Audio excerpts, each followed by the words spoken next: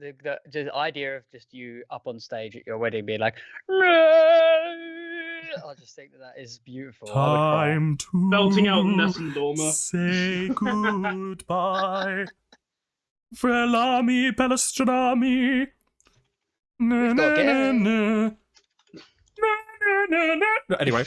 Mate, no, please. Keep going. There's This your will be- intro music. This was the intro, yeah.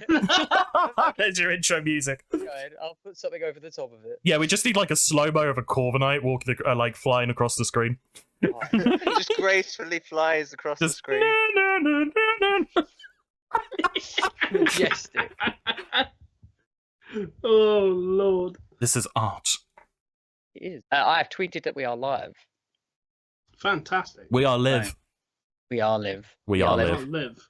Has anyone else happened to look at what we're going to be talking about today, guys? I had heard a quick look. Pokemon. Same. Yeah. So, right, what we got today. First, well, should we actually start the podcast? Oh, if you want. Yeah. Oh, go on then. Do you want to do the intro, Alex? Ladies and gentlemen, good morning, good afternoon, good evening, everyone. Welcome. Oh my god, I sounded like a really bad talk show host there. No, we're doing that again. was so We're doing good. that again. And welcome back to The Price is Right. With your host, Dale Winton. Good morning, good afternoon, good evening, everyone. How are you tonight? Welcome on in. It is episode 6 of the London Corviknight podcast. Of course, I am IMAC404. With me is my lovely co-host Barrett C. Knight. But wait! But there's more? Wait, there's more. As you can see on the bottom right-hand corner, wearing his lovely EUIC, I think, hat. Yep. Is another admin of ours called Nerdshadeness. He likes to play a game called Warcraft of World, which is why you might not see him often. But he is I'm here. one that comes and goes as I please. Yes, and then he disappear into the very night. much. He's like what you would call it, one of those superhero characters that only turns up when it's necessary. You know, like when we need him the most. Yeah, when it's really dire, like he turns up then. I'm trying to think of a super. Yeah, Yeah. like I'm trying to think of an Pretty Avengers much character. exactly Yeah, that. it's basically that. The issue is And- that I normally turn up with a hair across and it doesn't go well. I mean, to be fair, you played Reg Ice in Sword and Shield, so that was fun. That was great fun. Also with me is a music teacher that Barrett's only just learned. Who with me as well is the tastiest looking Clodtire burger you'll ever see. It's JD. How are you, JD? Hello. I'm good, thank you. It's cool to be here. Who is also another admin of ours, because tonight is actually quite a special night for us. This is a special episode of the London Corviknight podcast, because this is technically the episode where we talk about our 3-year anniversary. We were officially 3 years old on Saturday, but none of us were around on Saturday. Nerd wasn't even in the country on Saturday. With a Nerdshadeness symbol in the night sky. Hello, Dread. Hello, Tiger. Hello, I'm Bin. I'm Bro. How are we all doing tonight? Yeah, no, Nerd, you weren't in the UK, were you, on Saturday? No, I was in Barcelona on a stag do, but I only found out it was Barcelona on Friday when I was at the airport. So Oh, cool. Yeah, that's crazy. right. Because Pretty I remember, we talked on Thursday night, and you went, I'm probably going to have to go. This was like half midnight, by the way. Yeah. And Nerd just goes, he's so casual about it as well. He's like, oh, I think I better go to bed. I'm up at 6. And it's like, what? It's like, I have to be up at 6. I don't know. I've been told where I'm going. It's just, what are you doing? And he's like, oh, I'm off on a stag do. And I was just like, okay, maybe start with that. He made it sound as though it's like, oh, it's my kidnapping time. Best kidnapping ever, though. Yeah. Just Nerd stands outside his door waiting for the van to turn up, and he's just, he said 6. It wouldn't be a proper kidnapping if it wasn't a surprise. That's very true. And no, not everyone likes surprises. But I should also point out as well, just one more thing we actually start this. Did any of you catch the Aurora Borealis that we had last week as well? Uh-oh. No. no, because I wasn't in the country. Oh yeah, the one time the Northern Lights was down here. And literally Facebook for me and everyone else that I was on this party. We were like, the one time we go away and it's nice in England and there's a flipping. Boys like, come on. I was walking home because last Friday was my birthday. We were walking home from London, in which we went to watch a play called The Play That Goes Wrong. I was dragged on stage, and I was legit part of the play for like 15 minutes, and it was the most awkward thing I've ever done in my life. Literally walking home, and you could see like there was a bit of red in the sky, and there's like some blue and greens going on, and we're like, oh my goodness, we're going to see it. We're going to see the Aurora Borealis.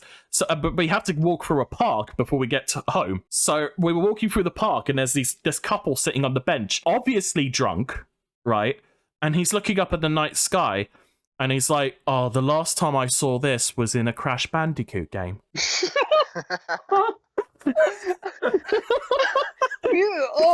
Beautiful. I was literally so tempted to just say to my other half, like, can I just hug him quick for making a Crash Bandicoot reference? She was like, no. He was like, no, you're no fun. But yeah, no, honestly, it was beautiful. I hope if people did manage to see it, got some really nice shots of it. I certainly did. My other half turned into a professional photographer for half an hour. You know, you have to post it everywhere. That's the rule. Like, you take a nice photo, everyone needs to see it. And then you get the comment from your family relative who you don't hear from for months being like, oh, what a lovely photo. That's so nice. Yeah, they're just scrolling down like the 50 pictures of the Aurora Borealis. And yeah, literally. But they get to yours and they're just like, oh, that's so nice. There's this one. Yeah, this one? She deserved it. I think this will be my phone cover. Oh, that's quite nice. Work was doing a wedding. The photos are insane. I tried to find it, but it was too cloudy in the sky. Nope, didn't see it. Oh, wow. Okay. I thought we were going to get more. Yeah, actually. Weirdly enough, guys, luckily enough, it happens to be located in Alex's room right now. Yeah, I know. I have a projector. So here you go. I brought you an Aurora Borealis just in case you missed it. I was like, I can't believe that you're talking about it right now, guys. It's right behind him. Yeah. I haven't looked. Don't tell me. Wait till he figures it out. But yes, tonight is a very special episode of the London Corviknights, because of course we're celebrating our 3-year anniversary. But we do have a few other things to talk about, of course. Most importantly, there was a regional this past weekend, which all of us watched. Yep, definitely. We watched every match. I don't know what you're talking about. I read every comment. And every comment. We watched the entirety of Twitch chat. Banging comments as always. Yeah. I really absorbed all of that. Learned a good few things. From the knowledge I learned from Twitch chat, especially the I could have won this regional in my sleep, and so there's always one. Where's Wolf? He's the best caster ever. Yeah, where's Wolf? Where's Wolfcliff? You guys are struggling without Wolfcliff. Oh, he was really good though. Oh, he was hilarious. Yes, no, we are going to go over the Stockholm regional. I do believe there was a Thailand event happening as well. I don't know if I've got I could quickly see if the data. Oh yeah, sorry, I thought the data wasn't uploaded, but clearly it was. We can briefly go over that as well, but I don't think we should dwell on it too much because, of course, Asia are stuck in this Regulation F. Purgatory, I think is the right word. I find it baffling. We'll talk about it, but I find it completely baffling. Other than that, Barrett's of course got his Pokemon of the Week. We're going to be reminiscing about the last 3 years of the London Corviknights. Me and Nerd are going to have a little stroll down memory lane, we feel, about the origins of the London Corviknight podcast. Because we talk about it, but we haven't really talked about it on record. But also Barrett's got a few things he wants to talk about, but also a few things he wants to get off his chest, I feel, according to the show notes. I mean, we'll get to it. Yeah, see, look, he's holding it in. That is the London Corviknight that's the London Corviknight podcast. Yeah, that's it. Bye, everyone. See you later. Like, we're done. Until next time. No, but so yeah, basically, I think the best way to start this is to allow Barrett just to have a little quick talk about what's really been happening in the last couple of days on the London Corviknight podcast Twitch channel as well. And also kind of get the ball rolling, if you will, with the Stockholm stuff. So, Barrett, how was last night, to be fair? Hooked with what I saw before my data was like, nah, you can't watch anymore. Oh, no. Well, I will say, the matches were great. Our first match, we had I think it was Kai. Oh yeah, wasn't it Kai and Pokey Replays? Pokey Replays, yes, Pokey Replays. And Pokey Replays was brand new to the channel. That was fantastic to see them debut. They also said shout out to Karen at the end of They did for the winners interview, because they said they really helped him out, and I that really warmed my heart to hear. You know, when you find out, you know, two people, and then you find out that they actually know each other much better than you realize. 100%. I had that moment, but also like, yes, go on, like, because knowing that he helped him to kind of get started in VGC as well, that makes me think like, well, that's really cool, because like you got a good start there, and you're obviously doing really well. The second match was like a nail biter as well. It really come down to it in the last match, basically, whether or not Dread Mumbo felt confident enough to just go for the trick room and not go for the attack on the Calyrex Shadow Rider on I think it was the second last turn of the game. Litify, who's also a new member of our community to come in to do the viewer battles, they came in, they played really well, but they went for that.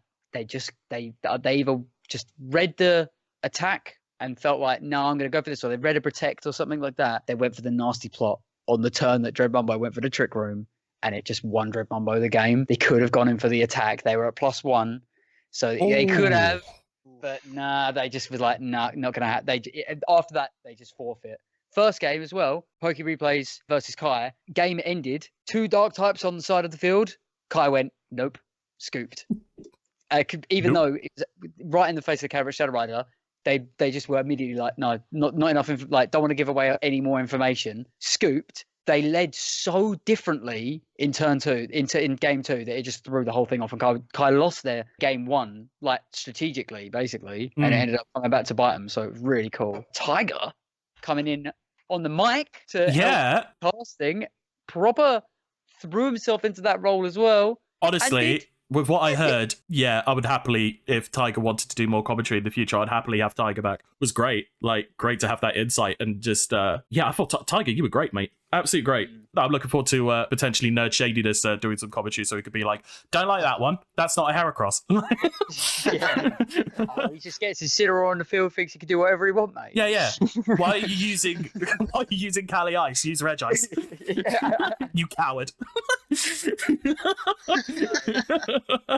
You you tell make me the heel commentator, am I? Okay. Yeah, exactly. Like, Nerd will be the heel commentator. You'll be effectively the Twitch chat in Pokemon. Nah, you don't do that. You don't do that. What are you doing? By the way, Ploppy, thank you so much for the follow there. I've just seen that come through. Hang on, shout out to Ploppy, by the way, my main testing partner for VGC. Good friend of mine. Oh, bless. Oh, Nice fantastic. Yeah, this man has dealt with my stupidity for like over a year now. He's like the only reason I build sensible teams. So shout if out it works, to it's not stupid. Considering last night's stream as well, we do understand that, you know, we have effectively become affiliates. Woohoo! The only difference at the moment is that Barrett has to fill out a bunch of legal work to solidify our affiliation, and then we can properly do affiliation streams. It is a little bit more complicated because, of course, this is not a singular channel. This is a group channel. There is a little bit of logistics we have to work out, but me and Barrett will happily go through that. Oh, yeah, we're pretty much good. I think once we've finished the application process, we do have to wait for them to effectively confirm, which is annoying because it'd be nice to be able to just like hit affiliate and have that all ready to go. But yeah, no, it's just... They don't let you do that. They let you do all the work and then they check that you're eligible. Yeah, then they give you everything to fill in, so... Whatever, they're just covering themselves. They just want to make sure that everyone who has a Twitch channel that's quite popular is genuinely who they say they are.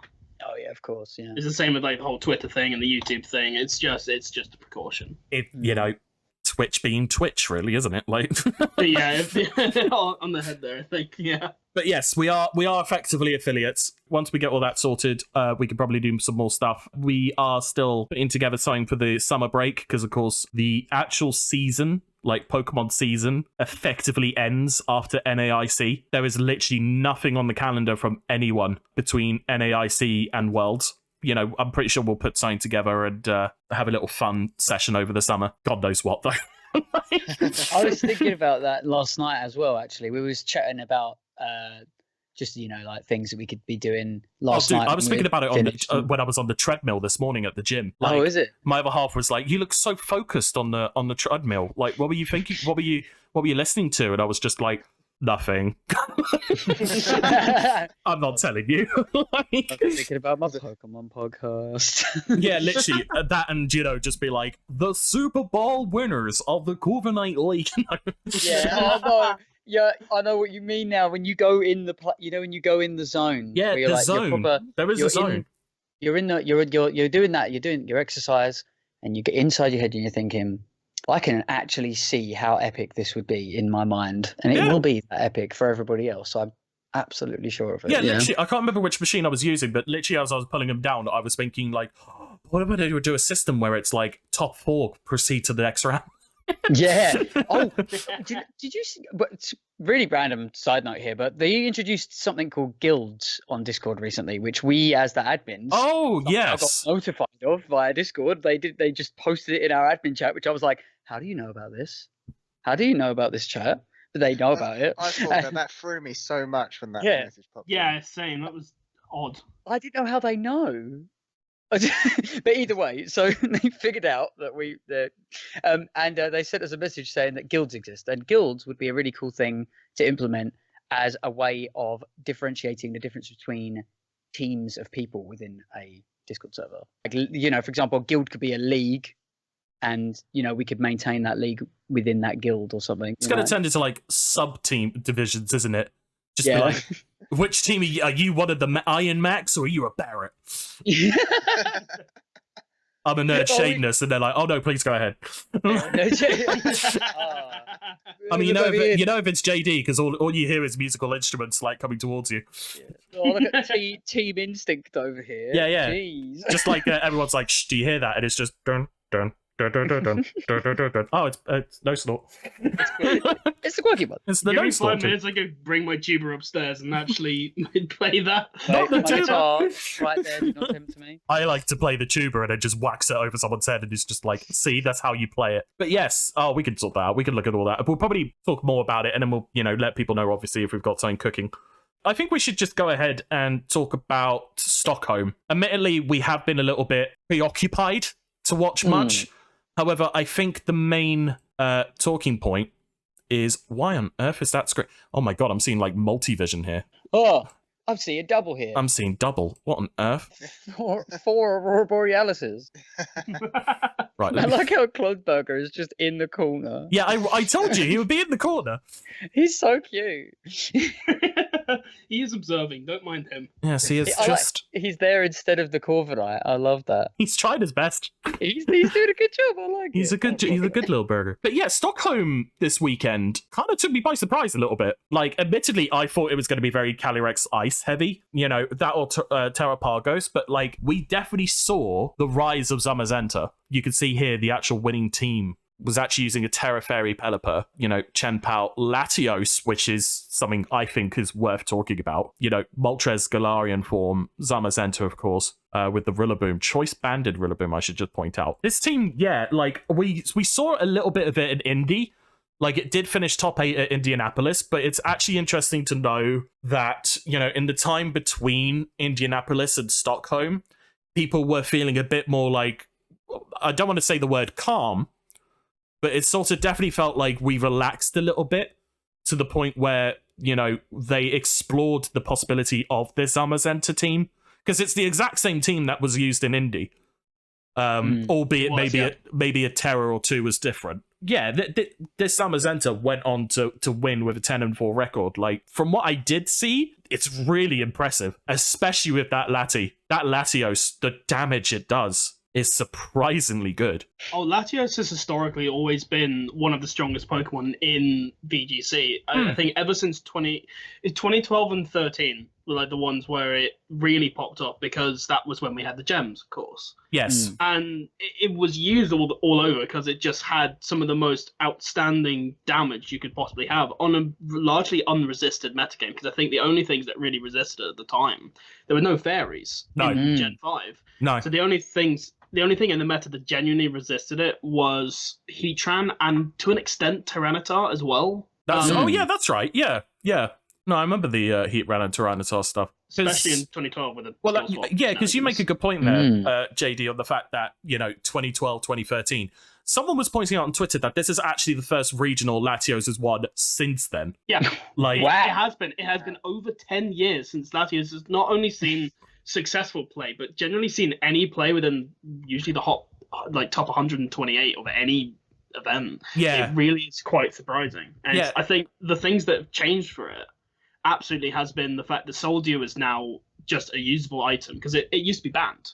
That's right. Oh, yeah, of course. I forgot about that. Yeah, because it was so good back It was then. too powerful. Yeah. Wow. Yeah, it's funny how Soldier, a formerly banned item, is now deemed not even strong enough for the majority of Gen 9. It is up until now where it's finally, actually. But they couldn't do that with like Rusted Sword or something like that, back in the day. That would have been quite nice. Yeah. I guess a question then is that more than a statement about how power creep in Pokemon has affected the game in the past few generations? For us to be like, okay, Soldier is allowed again. I feel like maybe so, because obviously power creep since Gen 8 has gone up exponentially. And I think probably in a large point to try and get new Pokemon into the format.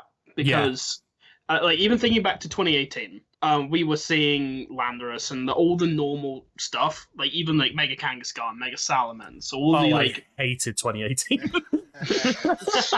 I never played it, so I never. Yeah, neither did I. I never really. Oh, so I should say it like from someone who was watching it in 2018. It was awful because it was literally the top 8 of Worlds. 7 of them were Japanese players. All 8 of them had the same team, albeit like one Pokemon difference here and there. And it was literally just watching something on repeat. It was so boring. Oh yeah, 2015. 2015. Oh, sorry, yeah, 2015. Still terrible. I will say though, I watched the mirror match between is it Michelle Kelsch?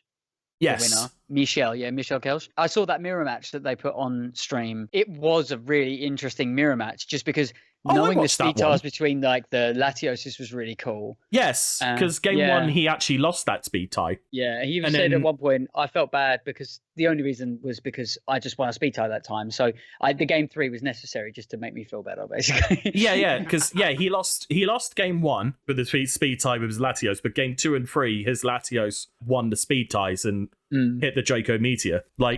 Crazy to actually think how important speed ties are in Pokemon. Oh, absolutely. Like, it's mental. Yeah, just sort of interesting to see Latios coming back and, is slowly becoming the face of this regulation. So, what was it? Regulation, I want to say D was Hisuian Arcanine's time to shine. Oh, yeah. No, I don't know about Torn Urshifu was kind of... I think it was C. Oh, it's one of them when Hisuian Arcanine was like winning everything. Actually, you are right. It was. Oh no, it might have been E. There's a regulation where Hisuian Arcanine was pretty much the face of it. Like, are we now seeing Latios become the face of Regulation G to be like, hey, don't talk about restricted legendaries. Talk about me. Talk about the fact that I am surprising everyone and actually like turning up in a meta where really I should really be working, and I'm putting that work in. I'm making it work. Really is dead curious because it feels like a pure metagame call at this point. Because on the face of it, if you can set up Tailwind, potentially an Icy Wind, it becomes a genuine threat into Miraidon and Koraidon, dealing fantastic damage into both forms of Calyrex, and just, in general, just a massive bonk stick in reality.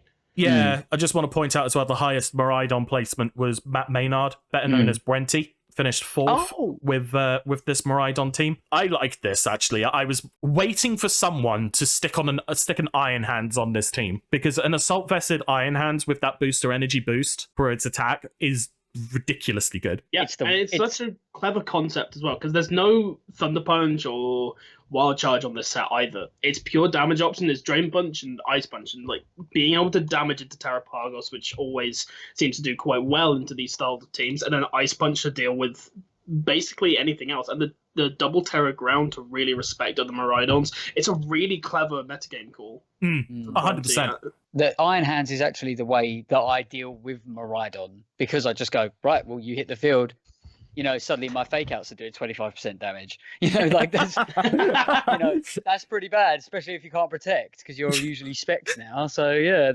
Iron Hands adding it to the team is just especially utilizing it as a fighting type specifically, like not really caring about being an electric type. No, I've noticed that your fighting types are really good in this regulation because of the normal and dark types. They're a lot more prominent now. So, and there aren't as many fairy types usable because they just they're kind of Fluttermane's kind of being pushed out a little bit in certain places. So you kind of rely on them fighting types to kind of fill that hole in your team sometimes. Like Whimsicott's not taking out anything with like Moonblast really. It's just doing a bit of chip. Yeah, and that's kind of the point of it, right? Is the fact that it's more chip than anything else. Yeah, it's almost turned into this offensive support Pokemon. Yeah, because you see pop up. Yeah, you can see here it's most Whimsicots I've seen recently are running Encore at the moment, which is actually quite smart considering the lack of psychic terrain, especially. Obviously, you've still got to worry about Farigirafs with the priority, but like especially here, like there was definitely less Farigirafs in Stockholm, which was interesting. Like I was looking through this list to try and find anything unusual. Like there's a Kommo in top 16, which was quite funky, I thought. Milotic I just saw. Yes. Milotic, yeah. Yeah, there's a Milotic here. I was supposed to open that, thank you. Like with the Grimmsnarl as well, like Milotic having Safeguard and Hypnosis and Muddy Water, which I thought was quite funky. Safeguard, interesting. Yeah. Safeguard's interesting because that protects it against things like Amoonguss and there are a few in Incineroar that are running Will-O-Wisp, yeah, especially on like the Kyogre style teams because it can tank Calyrex stuff quite well. And then be able to send it back with a Will-O-Wisp, gets around Clear Amulet that way. Definitely for Amoonguss, especially with the Terra Grass, you know that this person has wanted to fight Amoonguss. Yeah, he hates Amoonguss. He's got the boxing gloves out and everything, There's having an Amoonguss counter, and then there's having one Pokemon with 3 Amoonguss counters. Safeguard and also Milotic. I just love this idea of just the Pokemon just getting the boxing gloves on, but like trying to tighten it up with its teeth. Just I'm freaking gonna get you, Amoonguss. Like, come here.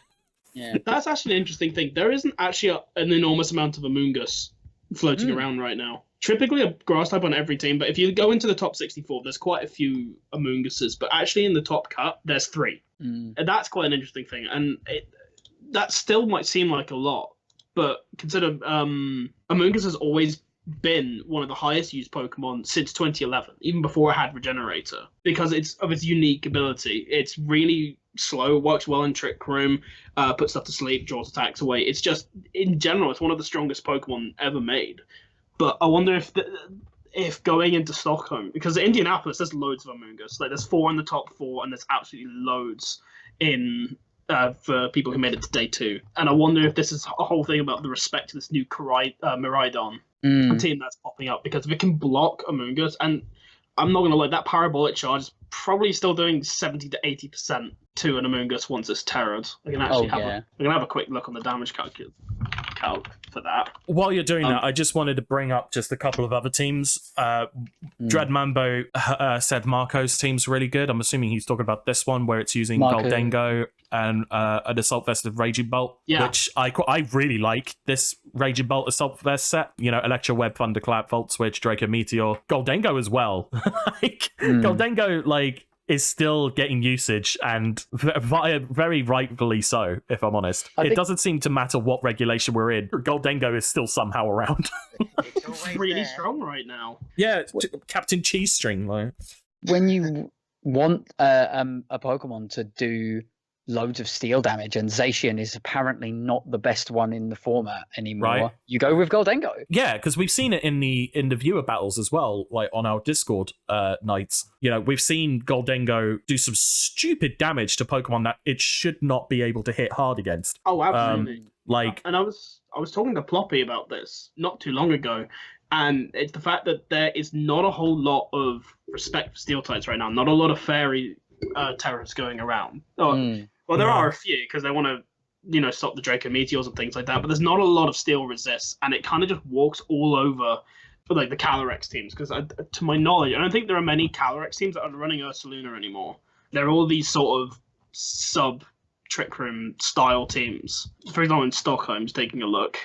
Not many of them have, and it's an interesting thing because they really struggle against Goldengo. Like even things like Pelipper and Urshifu can take a massive beating from it, and an Incineroar doesn't really want to swap into a +2, make it rain very often. It could probably take it once, and then it just kind of gets annoyed because it's taken about 40-50% on a Pokemon that just wants to stick around. Can I just point out the guy who obviously came up with the move, Make It Rain? Like, he was so smug about it afterwards, wasn't he, probably? Just like, guys, I've come up with the perfect signature move for Goldango. Wait for it. Make it rain.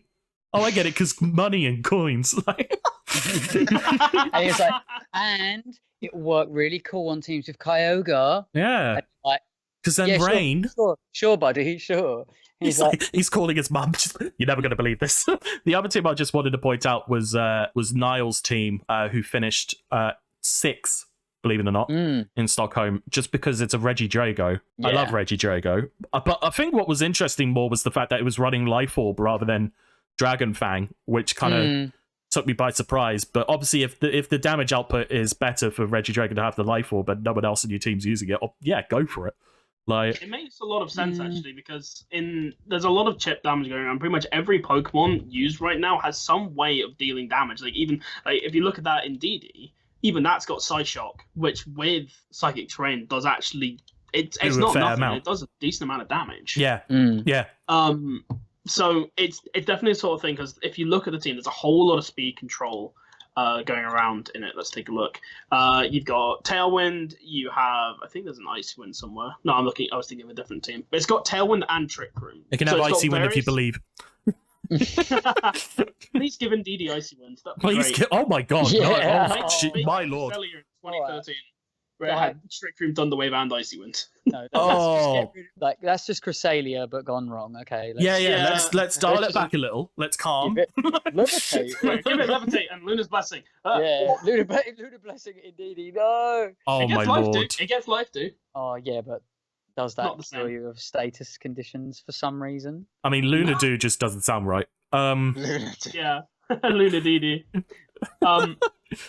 But it's an interesting one because it's designed to set Regidrago and Terrapagos up in some way, either with Tailwind or Trick Room. It's a really well constructed Tail Room team. But if it takes one bit of damage and is able to outspeed again, it can go Dragon Energy into Draco Meteor, and that might well be 2 or 3 KOs. A lot of Steel types, not a lot of Terra Fairy right now. No. And you've got Whimsicott, but you've got so many ways of hitting that thing, and if it wants to Terra Ghost or just move away from its Terra, then suddenly it's no longer a switch into Drago, no longer a check. Honestly, Regidrago's in an interesting spot, and if you can build around it, then it's going to deal a lot of good damage. Yeah, which is probably how Niall's got into top 8, to be honest with you. Finishing 6th there with 11-3 record. I think, it's great to see Pokemon like Regidrago still do well in these formats, albeit I hope Regidrago continues its reign. I like the idea of Regidrago doing good. I think it's kind of the same as the Goldango thing, where it's just sometimes it's good to have a Pokemon that just does loads of spread damage and makes you think, I better target that Pokemon. Because it's going to destroy me if I don't do something about it. It's going to make me very sad. If you don't have, Miraidon in your team, you can use Raging Bolt. If you don't have Calyrex Shadow Rider on your team, just use Spectria. Yeah.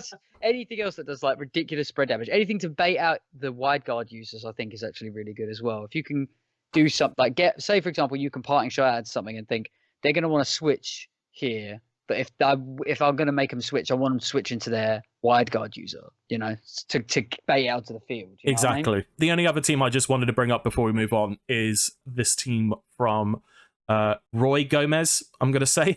I do apologize if I just butchered your name. Roy. Finished 17th with an Araquanid. Clear Amulet Araquanid running Liquidation, Leech Life, Wide Guard, and Rain Dance. I have been waiting for Araquanid to get some attention, because I think it is very underappreciated under Trick Room. I was actually looking at absolutely. When I was messing around. It seems to be very good. It's disgusting. Like, the water bubble ability compared with, with Terra Water, that liquidation is going to do so much damage. It does not matter. Also, it could set its rain up. So, like, if you're facing a Sun team, for example, like, Araquanid is like, cool story, bro. Sets the rain up, and then obviously with Clear Amulet as well, it's not going to care about those drops at all. Honestly, this is such a good Araquanid set, and the fact that it's partnered up with stuff like Farigarath, Incin, Ursaluna Blood Moon, which all of them are disgusting in their own right. Yeah. Mm-hmm. This is a really good team. It's another really clever take on a Tail Room team, and I think this is the strength of Miraidon teams right now, especially if you're going the Miraidon Ursaluna team, and you can see the Terra Ground on the Farigarath as well. It's just able to put out ridiculous amounts of damage, and if you want, you can just go Incineroar, Farigarath, and Araquanid. Exactly. And you've got this amazing Trick Room mode, and then once that goes down, Miraidon comes out and just kills everything. And that's just... Whatever's left standing. that is 1 million volts. That is how Miraidon appears. It just goes... Yep. Like, what a grand entrance there, Miraidon. Miraidon's like, just use Discharge, mate. That's what I feel whenever I see Miraidon. Oh, great. Yeah. Yeah. Oh, hi, Here friend. comes the damage. Here comes Damage Man. You know, the old superhero no one talks about. I want to move on to Thailand, but I've realised Barrett has a few opinions he wants to share. All right. So first of all, Some of them are hot takes, I'm just going to say. right, first of all, Here we go. I do kind of now wish that I was on the Pelipper train. Okay, I think it is probably good. But also, while we were talking about this, I realised something. Now, if you go back up to that first place team, click that team and have a closer look at it, we'll see that you've got the Pelipper at the top there, yeah? Blue, big blue bird, like big white bird, blue. Now, if you just scroll down a tiny bit, I think we figured out why the team did really well. Because the Latios big blue is bird. also a big blue bird. So basically, it's just two. You just need two of them, and I think we're good. Sorry, can you imagine if we turned up to a regional, but we named the Pelipper Latios and the Latios Pelipper? There you go. They're like, I don't see no difference. I see no difference here. These are the same Pokemon. That's the meme format, isn't it, from The Office, where it's like work needs you to tell the difference between this picture and this one. They're both the same. Now I'm thinking, no, I wasn't wrong. I'm a fan of Latios, so secretly a fan of Latios. I wasn't wrong. So I feel less hot now about that. Nice and cool blue, if you will. But So basically, you went out for dinner with Pelipper, and Pelipper's like, so how do you think this evening's going? And you're going, Latios just texted me. Latios just texted me, yeah, you up? It says Lust Purge. I also noticed the Zamazenta doing well. I quite like that. Zacian kind of seemed to do a little bit better. I like Zacian being there in the most used on day one. Was it? Day one Pokemon restricted was the Kali Ice was number 1. And Zacian was Zamazenta was number 5. But when you go to day 2, it is Zamazenta who's number 1 with Kali Ice number 2. By a considerate margin, I should add as well. So top 10 restricted in day 1. Kali Ice was 21.1% of players, while Zamazenta was 9%. But then when you jump to day 2, Zamazenta was 25%. And Kali Ice was 21.9. So most of the players that qualify for day 2 were Zamazenta players. I was about to say Zacian now. Well, the old dog on the brain. Yeah, the internet wouldn't forgive me for that one. wait. The day 2 for Zacian and the day 1 is the same number. Right. So wait. So does that mean every Zacian player made day 2? Well, not exactly. No, it doesn't, does it? A number of players. Well, I was going to say because looking at the list, there's only one Zacian player in Top Cut. So all the Zacian players, it was a mixture of good and bad. Maybe I'm thinking about. Maybe my brain's broken because I can't do maths. But thinking hurts, doesn't it? you kind of have to. This, doesn't really help me when I realised. I was like, oh, maybe the only reason Zamazenta did well was because just everybody was running it. But if there was only 9 people running it, the conversion rate is actually way too good for me to be in denial about Zamazenta actually not being that great. I just thought it might be a European thing. I thought, to be America fair, loves Miraidon. Yeah, I mean, to be fair, Stockholm kind of, in my opinion, gave us a bit more of a balance team lot. Rather than, in Indy was just wild. Honestly, they just heard that Wolfie and Cybertron Zane were commentating, so they're like, let's just go nuts. There are no rules. I like to think, we saw a bit of more balance in Stockholm. But then again, we're kind of, because I was talking to Captain Aura about this last week when I was streaming, and I asked like what we're going to expect in Stockholm, and Europe in general, we play quite differently to the Americans, which I'm not really surprised, because then you see, the folks over in Asia come up with whatever wacky stuff they just snort their breakfast and they're just like, right, I've got it.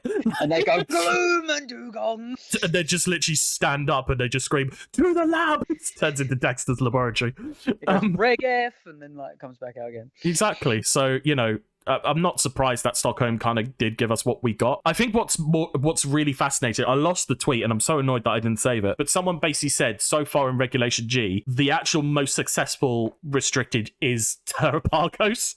Because Terra Pagos has finished runner-up in both Indy and Stockholm, whereas Zamazenta's taken a win, Maridon have taken a win. Cali Ice obviously hasn't taken a win yet, but has considerably seen presence in Top Cut. What's interesting as well is there was a considerable lack of Kyogre. There was only one Kyogre. I think there was only one or two Groundons. Koraidon, I don't remember seeing much of either. No, they've all fallen off. And it's an interesting point to bring up Kyogre, because Kyogre's whole thing that it had before Gen 9 was that it was, in terms of just instant pressure, is the most powerful Pokemon you can have. Yeah. Right. There's nothing that even comes close to how strong it is. You might go on Calyrex Shadow Rider or Ice Rider on the fact that they have really high attacking stats and really good attacking types with attacking moves.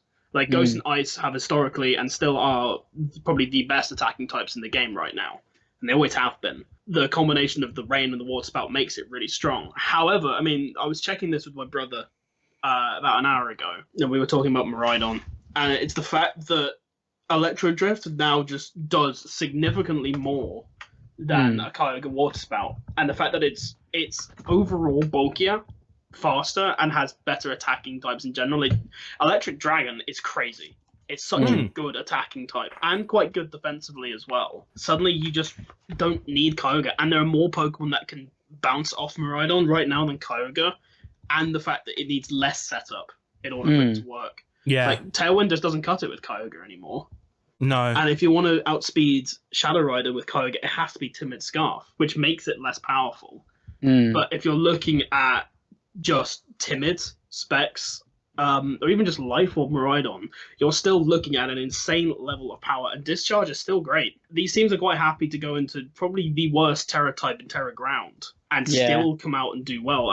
Some of these teams have 2 copies of Terra Ground on their team for these Maridon teams. No, I did notice that as we were going through. There was quite a few Terra Grounds going around. No, you're right. It's the fact that people are willing to sacrifice a Terra just to dish out that all-important damage, because they know Maridon could just do so much damage in such little time. We've seen teams spiral out of control just from one turn because Maridon has just completely wrecked their game plan. It's disgusting. Honestly, it's oh my god. So speaking of dragon, electric dragon types. Speaking of disgusting. And speaking of disgusting, 50% usage day 2 Raging Bolt is actually ridiculous turnaround. I was going to make you talk about that. Yeah, everyone who didn't run Maridon basically ran Raging Bolt. Yeah. It's just everyone went, well, I could just, and I'm not going to lie, I had that exact same thought. I thought, Maridon Raging Bolt gets Discharge. It gets all the things that Maridon gets. It's a 116 speed in Tailwind is great. Put it on a Sun team, suddenly you can get a special attack boost as well. And then I was like, that's pretty cool. And then I put the Sun team together with Koraidon, and it sucked. Yeah. So I put Kyogre on it, and now it's amazing. It's weird, isn't it? Why? I realized you can have a Sun Torn next to a Raging Bolt, and that is good enough.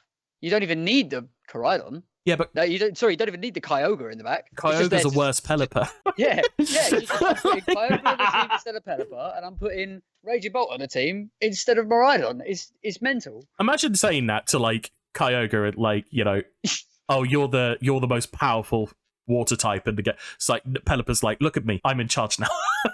Yeah, Pelipper just says, hold my beer. Wolf's team from 2016, and you look at the Mega Kyogre on that team and go, "There's Pelipper's doing better than you now, mate."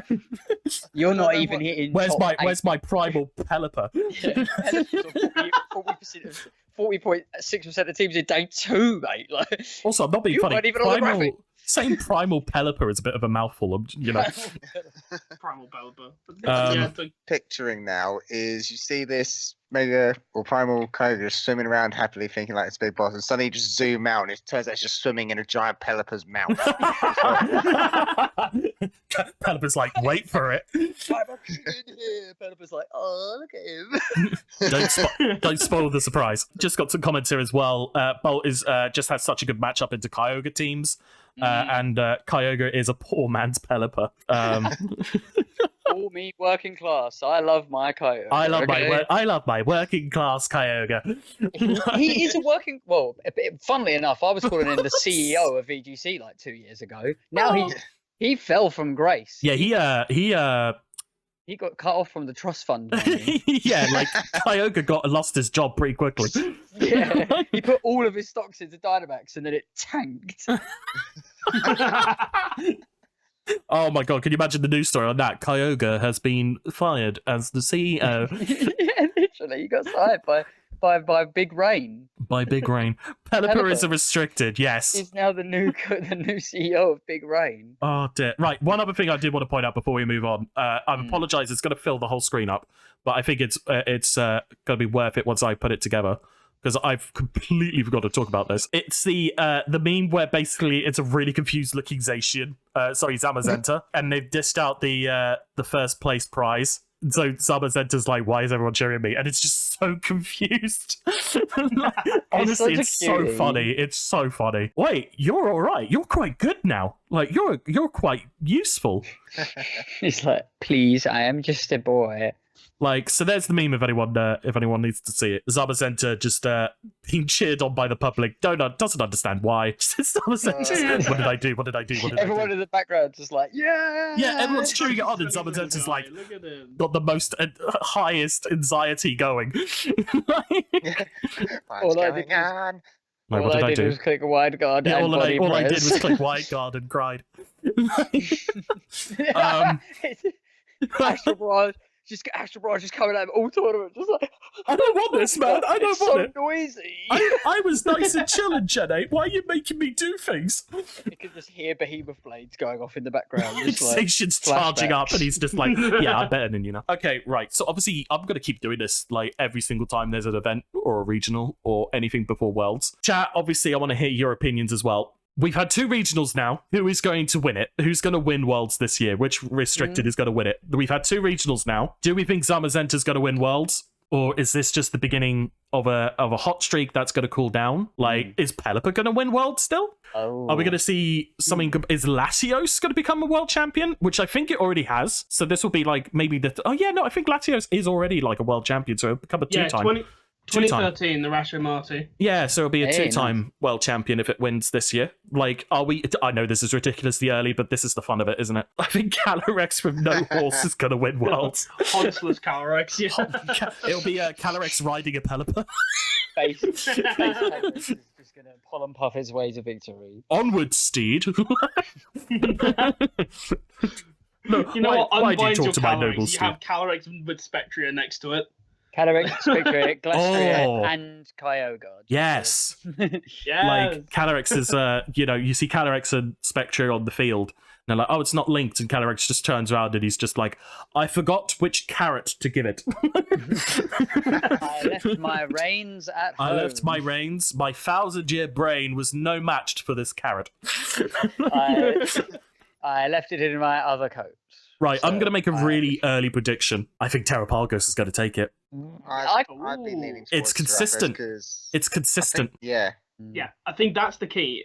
Now that we have a World Championships that we can prepare for, thank you for Pokemon for giving us more than a month to prepare for Worlds and giving us tournaments, is that historically, Worlds is always won by usually a style that is well-founded.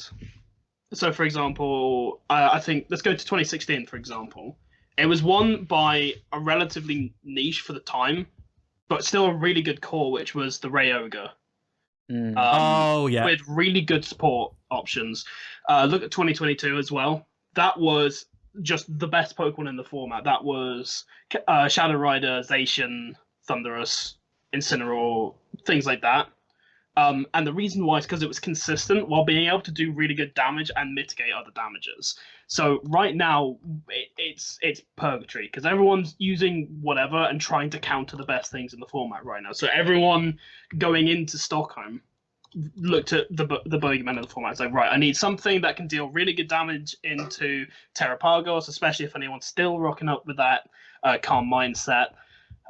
We want teams that can mitigate and out-damage or outspeed or underspeed Miraidon. We're looking at things that can beat Trick Room and punish Calyrex for always saying Trick Room, and overloading with dark types. Like every single fridge draft I've seen is running Foul Play, for example, just something to force the terror. Yeah, but that also helps with the Kali Ice, doesn't it? Yeah, exactly. Yeah, because even if it sets up one Foul Play, we'll kill it 100% of the time.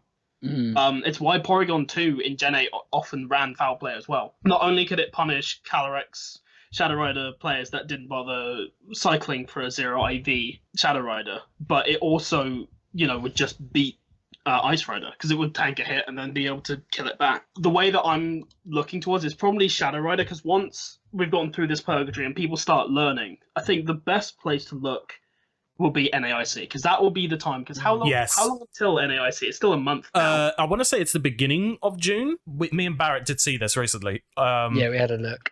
Because that's going to give people time to really take a look at what's being played and what's in the format. I wish to see Latios in later formats because I think it's such a cool idea. Conceptually, it's very much a month away. So it's the 7th to 9th of June, and it is the last event before Worlds. Like, there was a good 6 weeks. Yeah, I just wanted to say, the reason why I'm saying Terrapagos, and I'm very glad Tiger's agreeing with me in chat, is like we mentioned, it's consistent, but you're able to build around Terrapagos. Like, that Terra Starstorm attack is just so disgusting. Like, it is. Normal type spread 120 move. Like, no resistances, only thing it can't hit, obviously, is a ghost type, or can it? Well, it can but it's once it's terrestrialized. Yes, sorry. Beforehand, it's just a really great single target move. Yeah. So which I didn't. Yeah. I haven't really been considering that it is just a really good move even before you terrestrialize because it's single target. But also the Hyper Beam adaptation. Yes. Now, it's just ridiculous. I just don't. Oh, wait, yeah. If Regieleki can run Hyper Beam, I can do it too. Yeah. And it's the fact as well that there's people using Sleep Talk as well. So if they switch in and get spored, they can still use Sleep Talk and still get off the damage that they don't care. I was going to mention that goes around it. Yeah. And you still get stab. Yeah, whatever you're gonna click always works because then you get Dark Pulse to deal with your Calyrex, you get your Earth Power to deal with Raging Bolt and Miraidon, you've got Stellar Starstorm because it's click, move, win game. Yeah. Yeah, that's fine, and I would put money on Terrapagos winning as well because if you can make a really good balanced damage mitigating call, which can come up. I mean, we've seen them already run things like you've got your Amoonguss and your Incineroar sets running on them. But you've got a whole bunch of things that can just end up pushing straight over. Like the one that came second at Indianapolis, Andrew Zhang. I almost read that as Aaron Zhang actually. Yeah, Andrew. His team was crazy. Yeah, it's a Chi-Yu Flutter core from ages ago, but it's got this. The fact that you can have Terrapagos and Chi-Yu under Tailwind will just mean lights out for any team because the damage that Chi-Yu can do by itself is just insane, and the ability to just click Terra Starstorm while Stellar is absolutely insane. And I think the thing to watch out for in NAIC will definitely be the ways that people will find to deal damage. It's no longer about mitigating damage and playing safe. It's going to be about finding the way to make the most damage possible. And it's never going to be. I don't think it'll ever really be true hyper offense. As you can see, there are a lot of teams that are running these tail rune styles so that they can get around it. It's going to be whoever can set up the best. So people who are, people. Sorry. Go for it. I was just reminding myself, we're pretty much in the same situation as we were with last year's Worlds. Like, if you think about it, because last year's World was the reintroduction, if you will, of the Landorus forms, Urshifu, Rapid Strike, and it was basically hyper offense.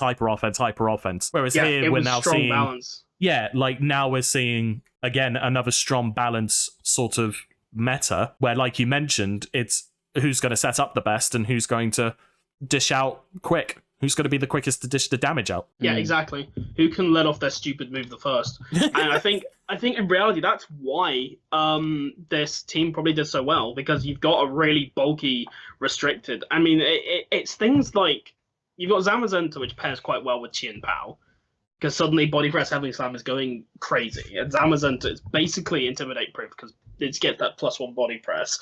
Yeah, that was the opening match of day 2. Was basically all 3 games they led with Zamazenta Chen Pao. Yeah. You just immediately go for damage. Everyone just forgets that Zamazenta has 124 base speed, something like that. It's a fast dog. It doesn't look it, but it is a fast dog. I think that's faster than Weavile. It's outspeeding a lot of Fluttermane right now because people are going for that offense. They're not going for the boost of speed anymore. No. And even then, I'm seeing some boost of speed Fluttermane are being outspeed by Zacian because they're not going for that full investment. They just go, I want to hit that, beat the Calyrex kind of speed. Yeah. Yes. And they still manage to get outsped sometimes. So yeah, interesting. Yeah, no, I think it's going to be really... Obviously, my prediction's really, really early. Anything could happen still. Like JD mentioned, really we should only be making predictions after NAIC, because then we have a better understanding. But, Big Boy Blue saying 128. Yeah, that's right. I've just looked that on myself. It is 128. Yeah, I think Tara Parkers is a really good shout. Obviously, I wouldn't say it's out there, it's ahead by, a mile, but I would say at the moment, Tara Parkers is maybe half a shell ahead of, Zamazenta, Miraidon, Kali-Ice. Which, if I'm honest with you, when we started this regulation, I was not expecting those 4 to be the ones everyone's talking about. Yeah, I can understand that. Shadow, I understand. Zamazenta, no. Right? When people say we get White Guard, I was like, whatever. Yeah, literally. But you can't actually stop body press. What are we doing? Running Screech? We could. Maybe we will run Screech. I think that Whimsicott probably gets it or something weird. So, probably, we could, actually. but it's only 80 accuracy. So there's not really anything you can do about body press. No. I mean, it's going to be interesting. It's definitely going to be interesting the next few weeks, because I just wanted to point out, Tiger did mention, I completely forgot about this, there was a Cerulege in the top 16 as well. Yeah, it's on stream now. On the stream right now, which I was like, oh my god, how could I forget that? Cerulege is actually really good, for this meta, especially with the Clear Amulet. So thank you, Tiger, for pointing it out.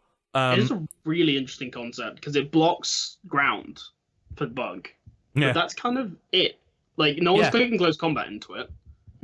You're basically relying on a bit of bulk there, really. Yeah.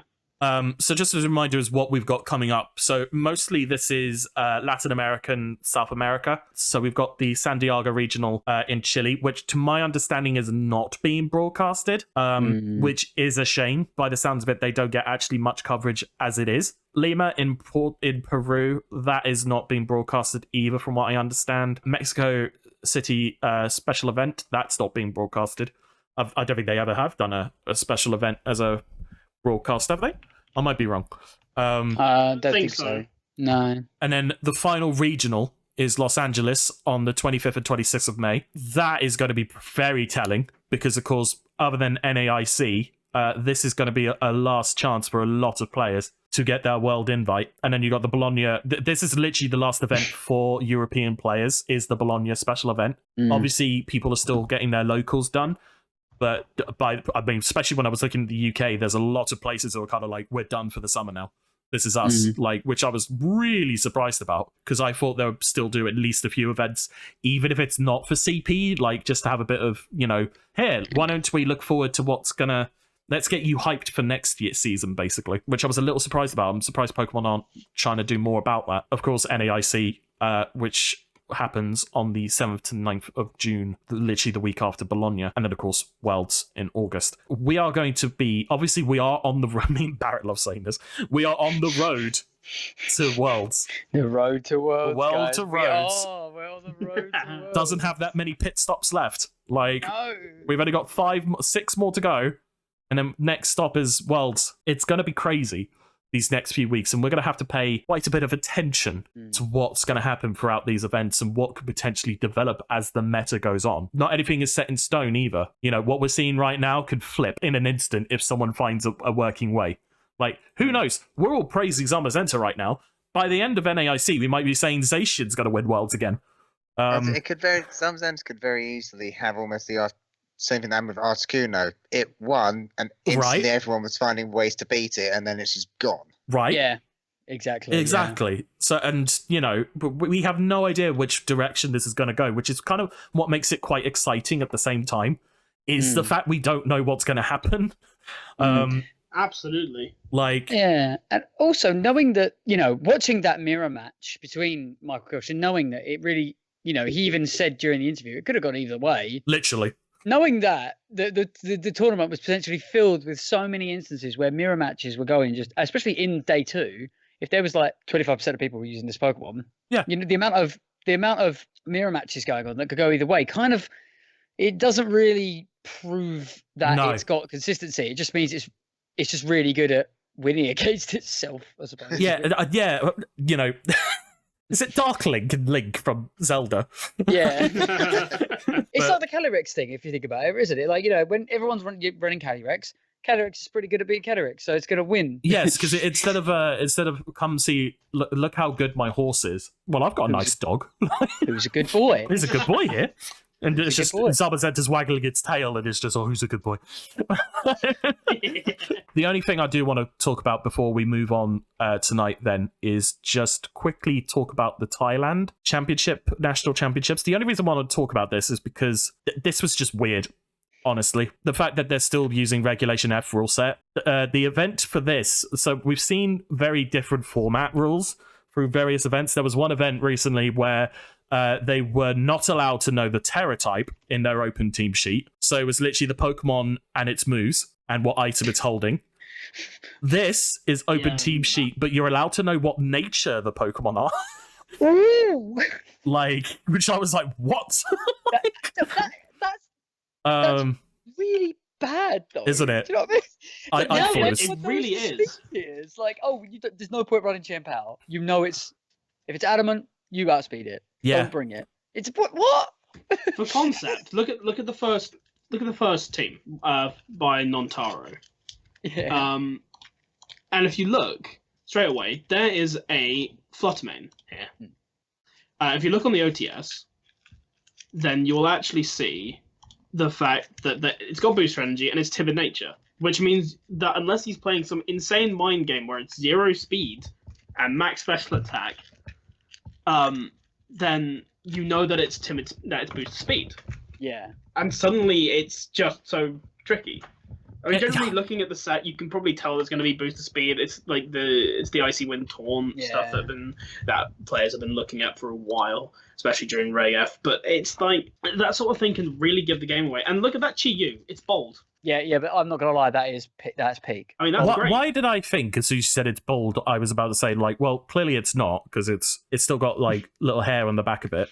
I generally thought you thought hair. I wouldn't say bald. I'd say it was more just Mohawk. balding, but yeah, He's getting that. it's a style of choice. Yeah. He's got that Shakespeare dude. That's all I'm saying. I'm gonna go to my barber's next time, and I'll just be like, "Can you give me the Chi-Yu haircut?" Mama says, "Say no more." Say no more. Sit down. Are you running 252? And there's me like, how did you know? Wait. Or what was it? You see the Regice team as well. Oh? Let's talk about the fact that there's a Regice team. Oh my god, there in is. the top 8.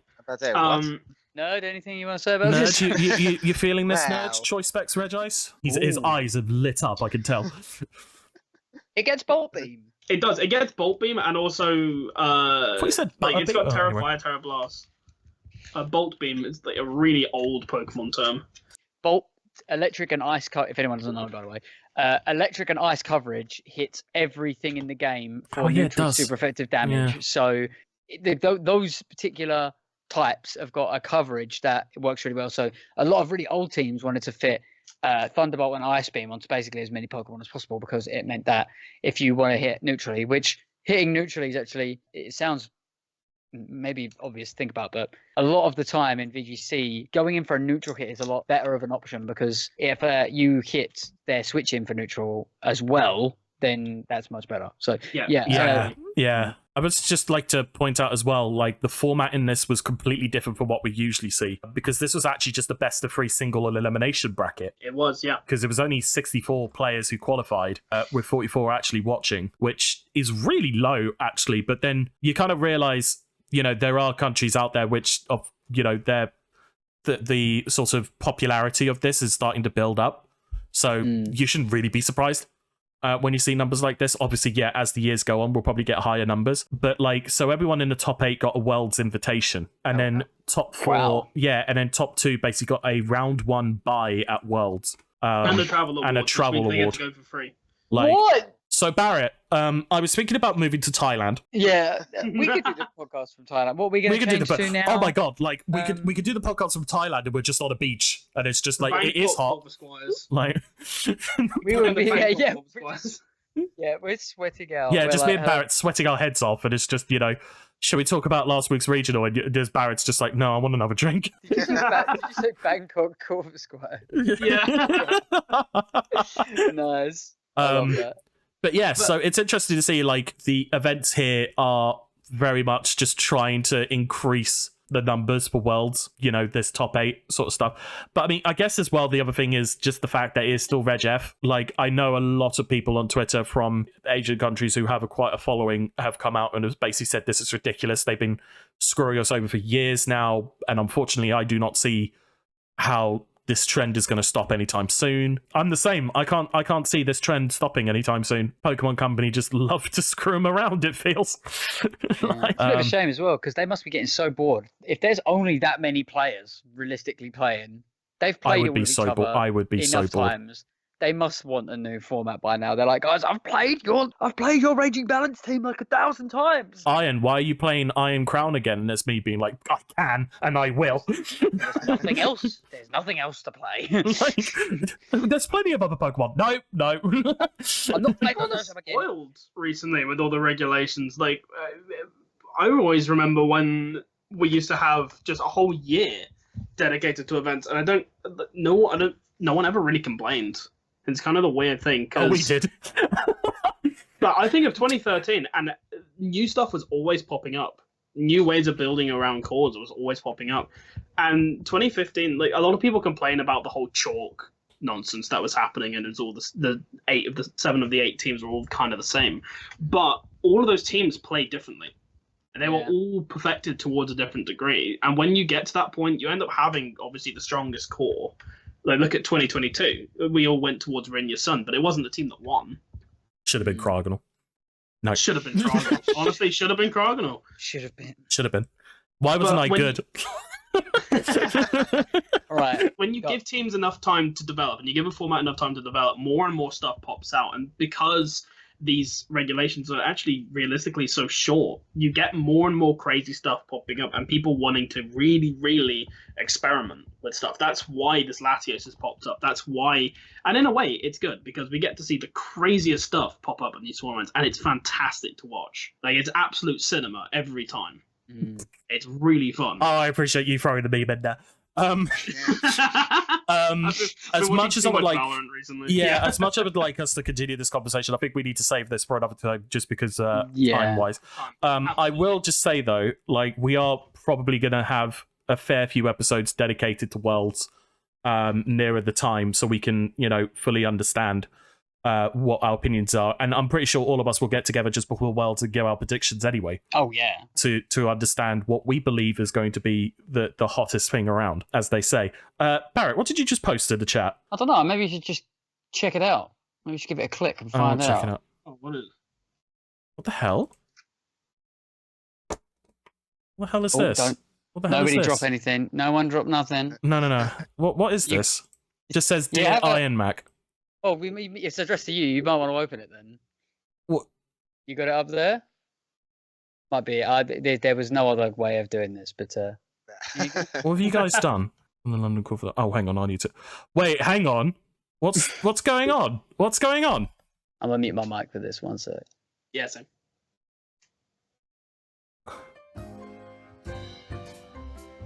Happy birthday to you. Happy birthday. Happy birthday. Happy birthday. Oh my god! Happy birthday. Very happy birthday. Happy birthday, my guy. Oh! Eyes! Surprise! Hello, iMac, and happy birthday from me and all the other members of this fantastic community that you have helped build here at the London Corviknights. What a week for a birthday, and with so many other amazing things to celebrate as well. The 3-year anniversary of the server and hitting affiliate on Twitch. It meant I needed to pull in some help for this one, so I asked some other members of the community to give me a little helping hand, as you might say. When I reached out and heard the responses people had sent, I got to see you through the eyes of the community that you've had such an impact on. I like the way that Jonzu put it. Reminds me of when I first joined the server.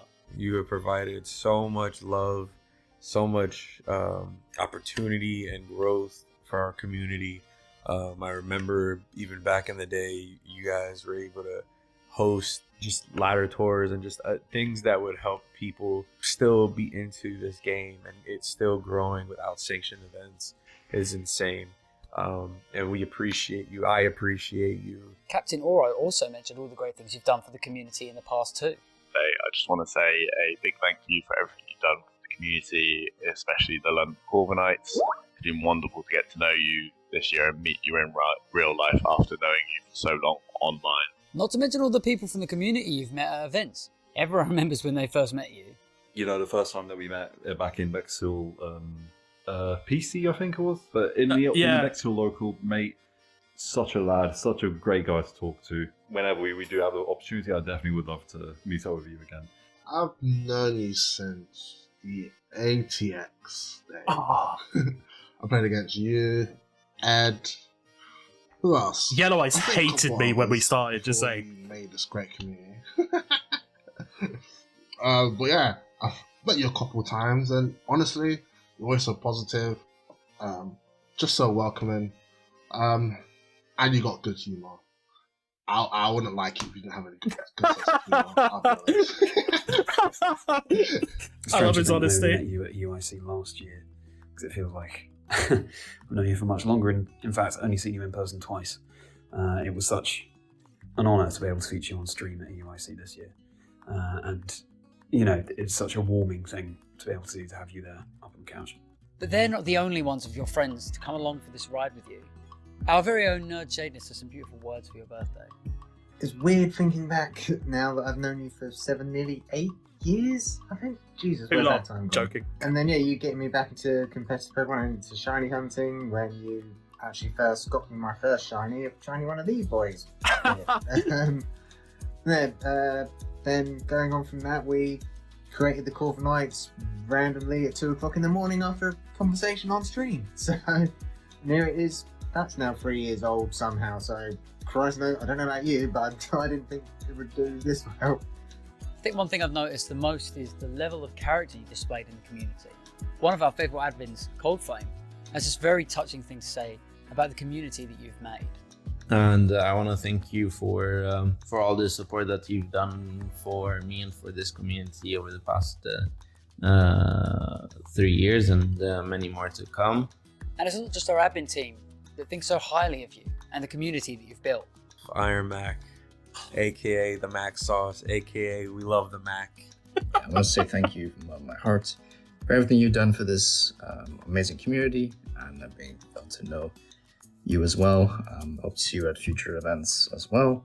It's so great to meet you and be in your presence. Honestly, the great community you've made with London Corviknights. I'm the first member, by the way. It's been awesome. It's been awesome. Just getting a group of nerds, smashing them into a community, and everyone's so helpful. Everyone supports each other, and that's honestly down to you. You know what I mean? Down to you. Everyone will say they respect you. You're just a great person in general. You know what I mean? I'm thrilled to see the Corviknight community go from strength to strength, and we all owe you such a massive thank you for being one of the founding fathers of it. It's amazing to see the podcast starting to get going as well. I really hope that the community can just continue to grow. I mean, the sky's the limit, which is appropriate given our mascot. The bird. Is. Take flight, brave steel bird. But you've got more than VGC to look forward to in your future. Yellow Eyes also wanted to wish you luck with something, and I'm going to have to join him with that. Oh yeah, and have a good wedding as well, man. take pictures, eat as much cake as you can, save some cake for us, and I better see you at some regionals. Yeah. It's clear to me that what everybody really wanted to say to you for your birthday was not only good luck, but also thank you. I managed to learn a lot from this server and use it for helping me build my own competency as an admin in other servers as well. And thank you for allowing me to continue being on your server and allowing me to have my voice, especially in the tournament running. And obviously a personal thank you from me as well. The Corviknights was really my first introduction to the community in a way, or at least in any kind of personal sense. You all really gave me the confidence to just plough ahead with the path that I wanted to choose and trying to be a caster, and of course being part of the competitions here As and there commentator. as well. Thank you for everything that you've done for this community.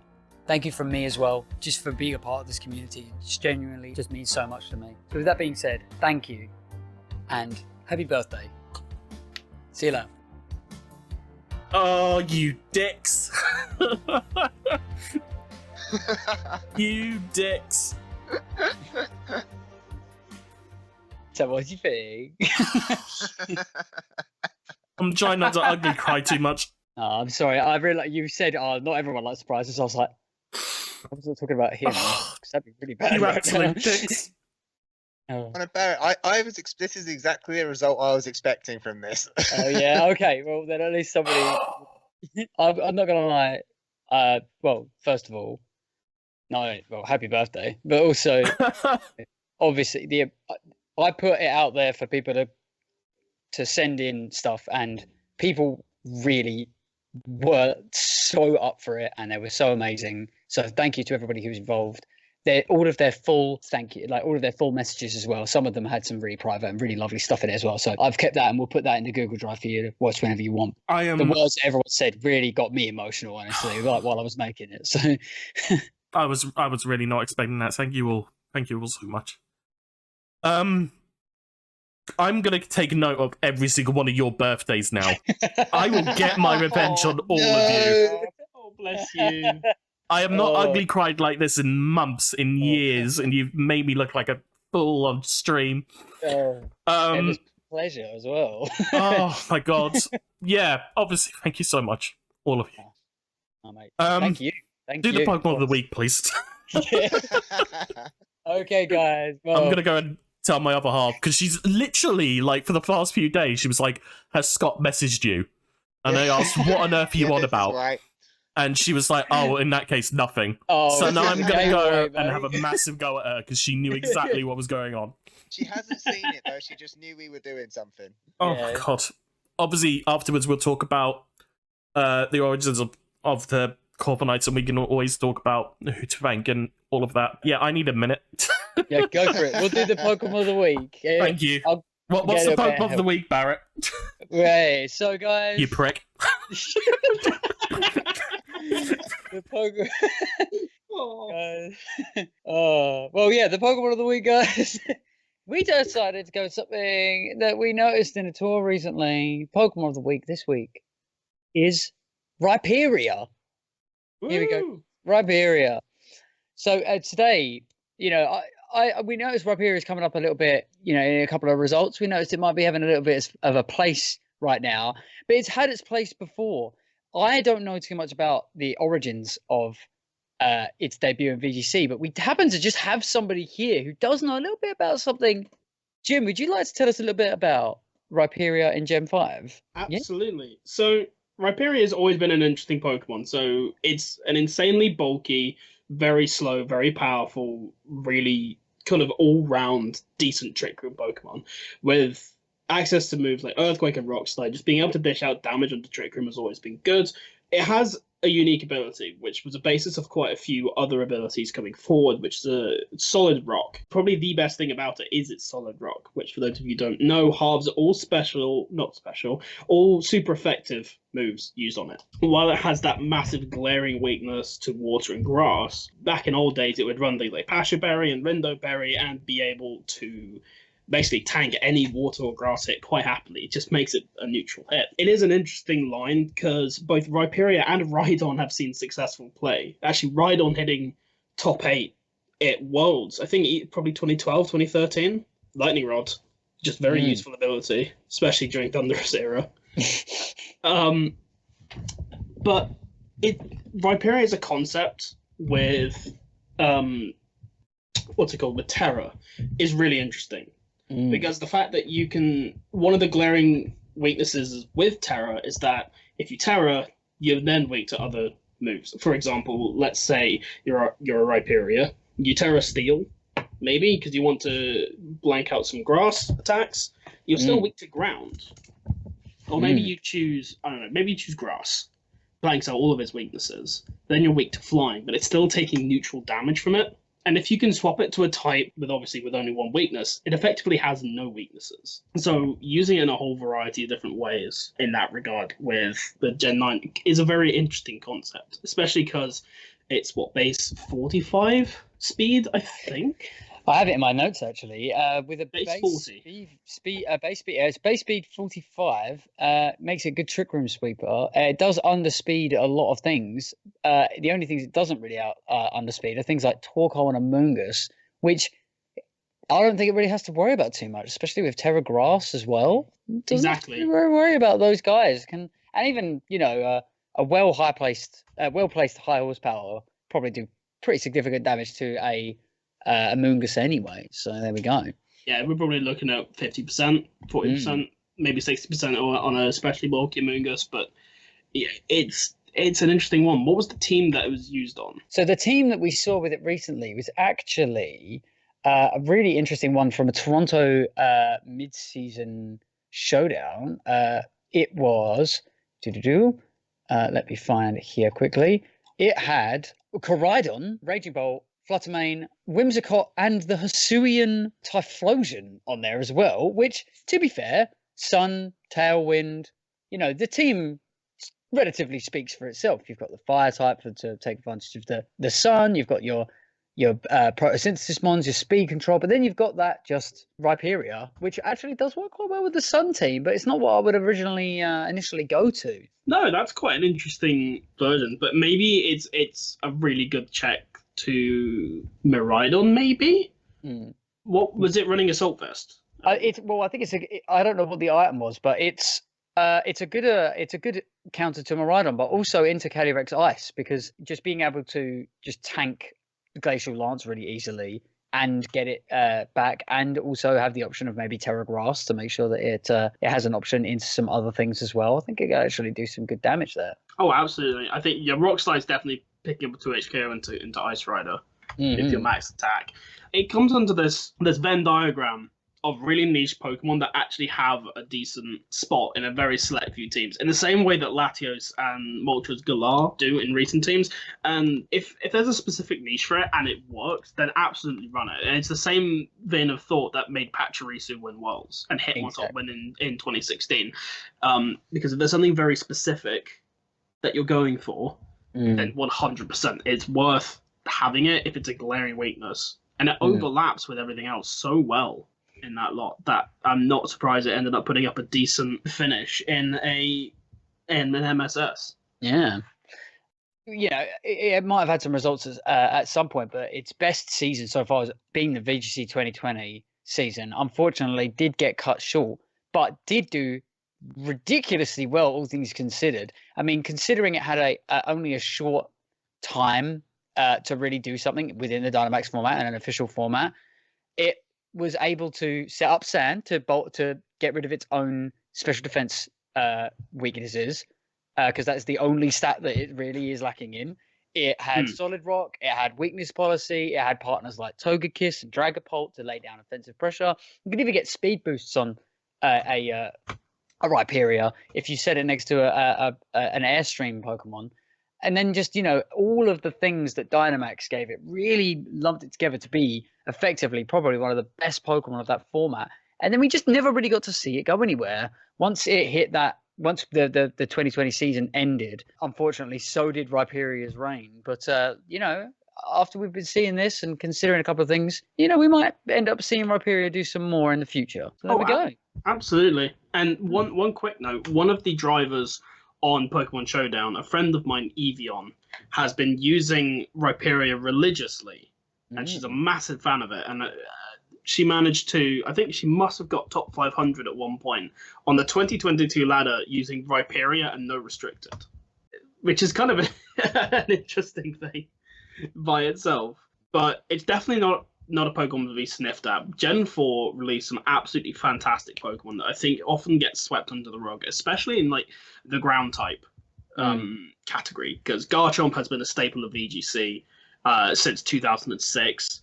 Mamoswine has won Worlds and is still in a quite good place. It's an offensive ice type that has some good bulk and a relatively mid speed, so it can do good by itself.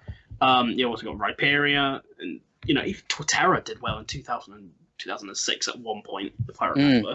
I just got a little notification here from Dread, actually. Oh yes, yeah. That did just kind of remind me. Didn't realize there was a hidden link in the description that was sneakily put in there.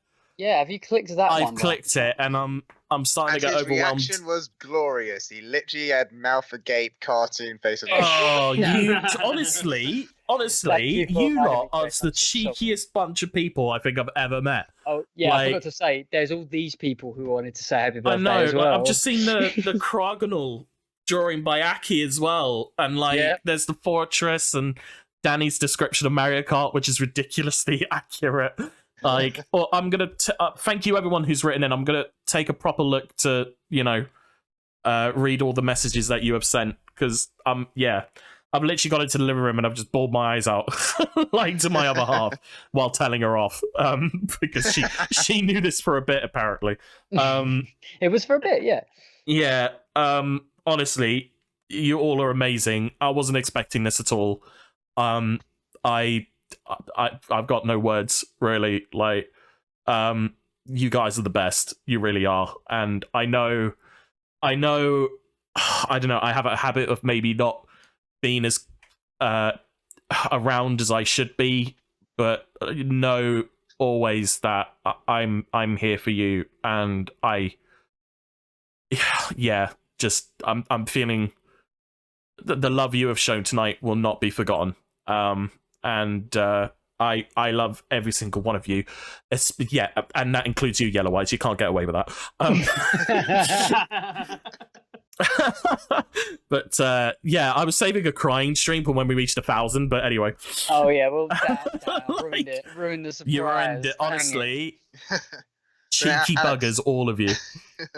I hope, because we've spoken a lot. Obviously, I think I've known you one of the longest, but you've said to me a lot of times that you've sometimes struggled with self-confidence or just in yourself. I hope something like this just helps improve on that, because it just shows how much everyone loves, respects you, and thinks so highly of you. So don't, you're gonna do it again.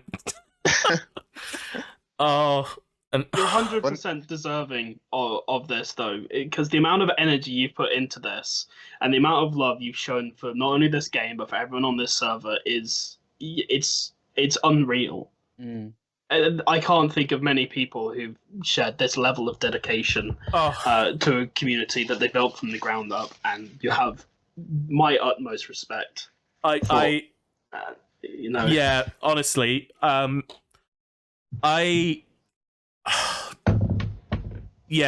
obviously we'll talk about the Corviknights and whatnot, but from a personal point of view, I could not have asked to meet a better bunch of people than the London Corviknights. I obviously never knew the direction we would go would be this, but knowing that I at least put a smile on people's face makes me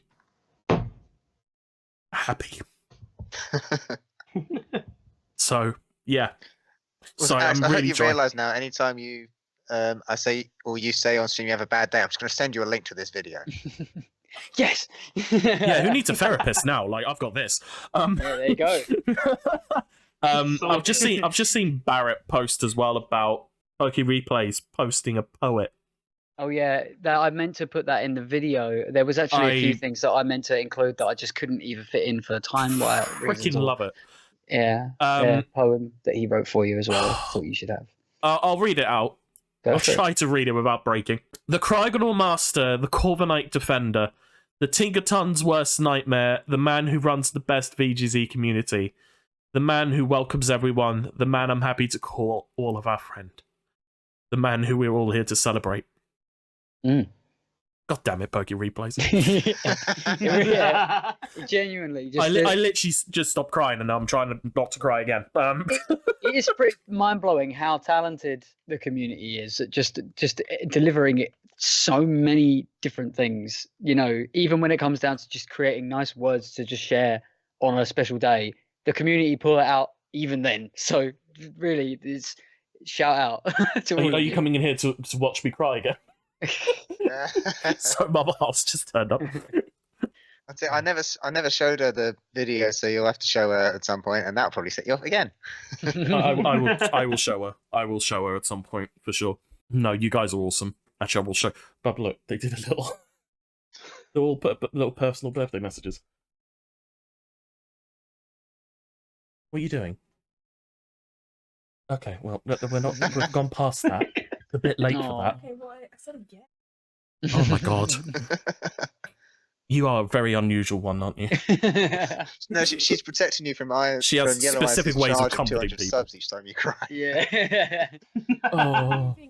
As much as we could talk about making me cry for the rest of the night, I think we should wrap this up. Last segment really is just the conversation about the London Corviknights. And like the past 3 years, you're gonna clip me crying, aren't you? No. Honestly, just while I was off for like 2 minutes, they're like, Pokemon of the Week is Rhyperior. Anyway, did you see how much he cried? Did anyone get like a volume of how many tears came out? Alex, I only did it for the content. Just don't worry about it. It's fine. It was clicks. Yeah, we need that Twitter clickbait, you know. Yeah, we just wanted to have a quick conversation really about like the origins of the London Corviknights and just how weird the motions it was, because it was unusual. I feel just a bit as to how we came across this, and I do feel as though we might not have talked about this often. I joke, obviously, we talk about it all the time because people keep asking us all the time, like, how the hell did you even come about as to who you are? And pretty much the beginning of the London Corviknights was, I would say, was when COVID hit, because obviously all of us were very much like stuck inside, not really sure what much to do. And that's when I decided that I was going to stream. And I was streaming, I wasn't even streaming, I wasn't streaming bloody Pokemon at the time. I just decided to stream Crash Bandicoot. Did you see the Aurora Borealis? No, I did not. No. But yeah, we were, you know, I think it was the new Crash game. It was like Crash 4. I completely forgot that I didn't even realize Nerd had Twitch at this point. We were both working for the same company. Nerd basically found my channel. We were just talking and Nerd basically said to me a couple of streams in, he was saying, why don't you stream Pokemon? Because the DLC had obviously just come out. It was the Crown Tundra. You got iron on the It was brain. my Tundra. Yeah. So I was like, yeah, sure, we'll you know, I'll stream it. So I got a really cheap capture card from Amazon. I'm talking like less than £15. Cheap as chips, probably because it was made out of chips.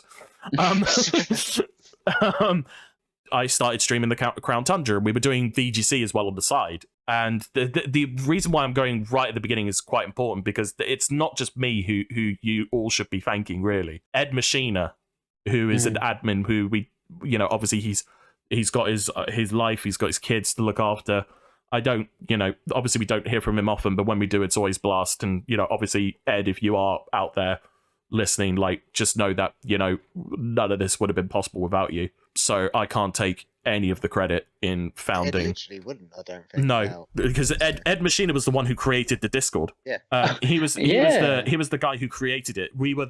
Me and Nerd were just sort of like the co-owners, if you will, because we joined, like Yellow Eyes mentioned in that video, we joined a server called the ATX, which is an Austin-based VGC group. You might have seen it around. And they were doing like weekly stuff, and they were doing like viewer battles as well, but it was all American time zones, like really, really nasty American time zones. So there was times where the ladder would start at 1 o'clock in the morning, doesn't finish till 4. Viewer battles would be midnight, but your match might not be till like 3 o'clock. Quite nasty stuff. And we were thinking, like, look, we love being here. We love being part of this community, but like time zones wise, we can't join in into anything. And there's like a massive chunk, like, because we kept seeing as well, a lot of people were complaining, like, why isn't there stuff EU friendly wise? So initially, we only actually thought about this. We thought about this in a 2 a.m. conversation where Nerd had a few. I was trying to shiny hunt something. I can't remember what. Ed Machina literally said, like, randomly out of the blue, he said, "Why don't we just start our own server?" And I was like, "Well, what do you mean?" And he was just like, "Yeah, no, think about it. Like, why don't we just start our own Discord group, right? And we could just appeal to the European audience, and we could just, you know, mitigate it month after month, and we'll just see how it goes from there." And Nerdshadeness, I can't remember your exact words, Nerd, but I seem to remember your words was very much, sounds good to me, and then just like, BRB, need another drink. Yeah, that sounds about right. So I said to Ed, like, yeah, sure, why not? Why don't you get approval from ATX first? Because, you know, at the beginning, we were basically a European copy of them. We were doing our own weekly tours. We were going to try and do our own viewer battles, but, you know, hardware equipment then wasn't very good for us, so we couldn't really get around that.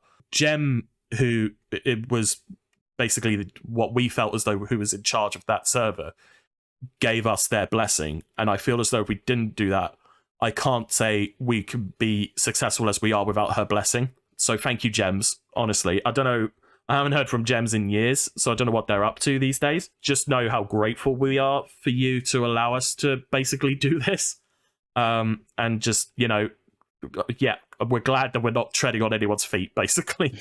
Otherwise, that would have been a very short Discord life. And then, literally, I want to say, yeah, on the 11th of May, 3 years ago, we got a notification from Ed Machina inviting us to this Discord. And we were just joking around about various names for the Discord. Like, Corviknights, I don't think was actually the first name we thought of.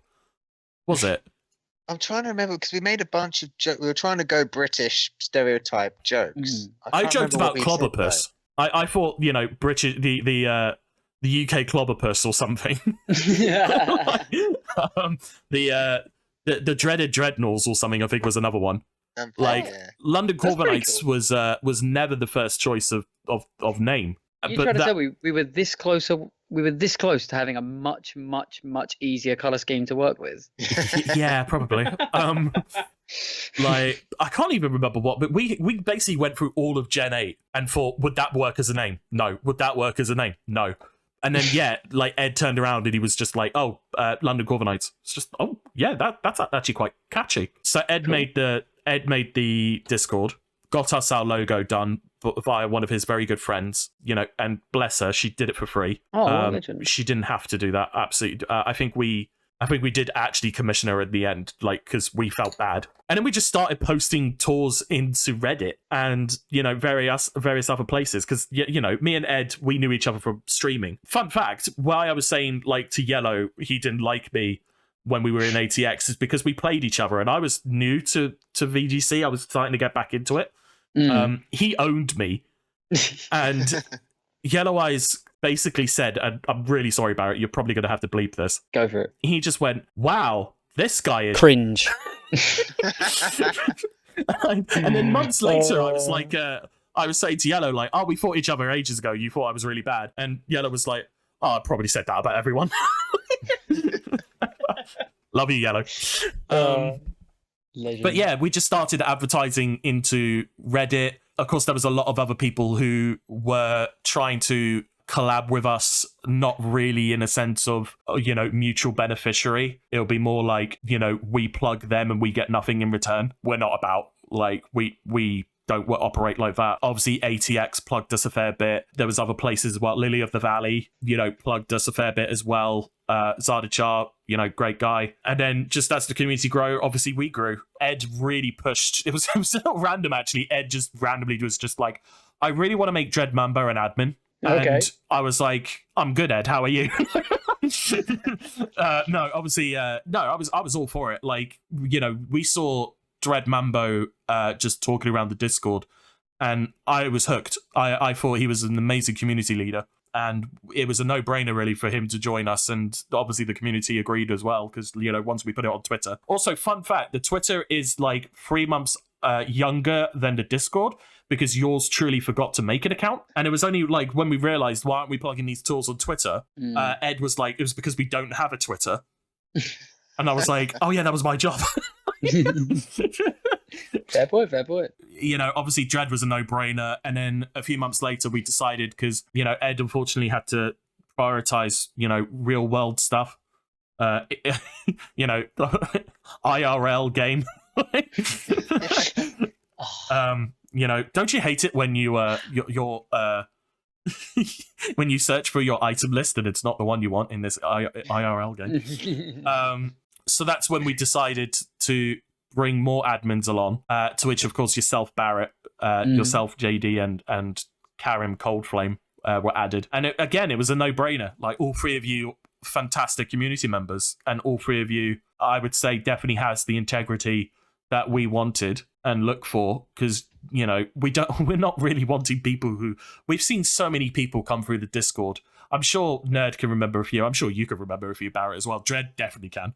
Of like people coming to our Discord just to try and plug either themselves or something that they're doing that really doesn't bring communities together. Like, we've seen tons of that. Like, we've seen so many people. That self-plug channel, I can filter out like maybe 80% of it is people who don't like join into actual community chats. They don't actually engage. They literally see that. Yeah, they're channel literally and there go just again. to plug themselves away.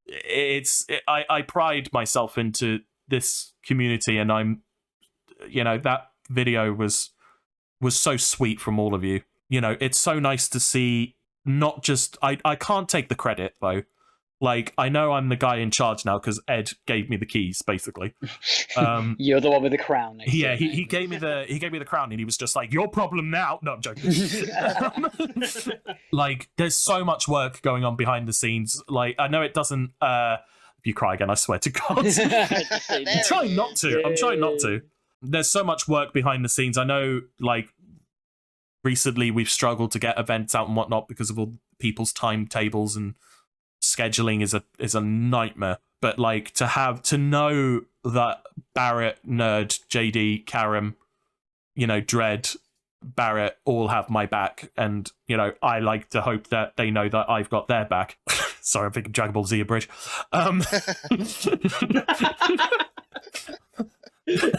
Vegeta, the admin is on my back. Oh, that's a Pokemon reference as well. Yeah.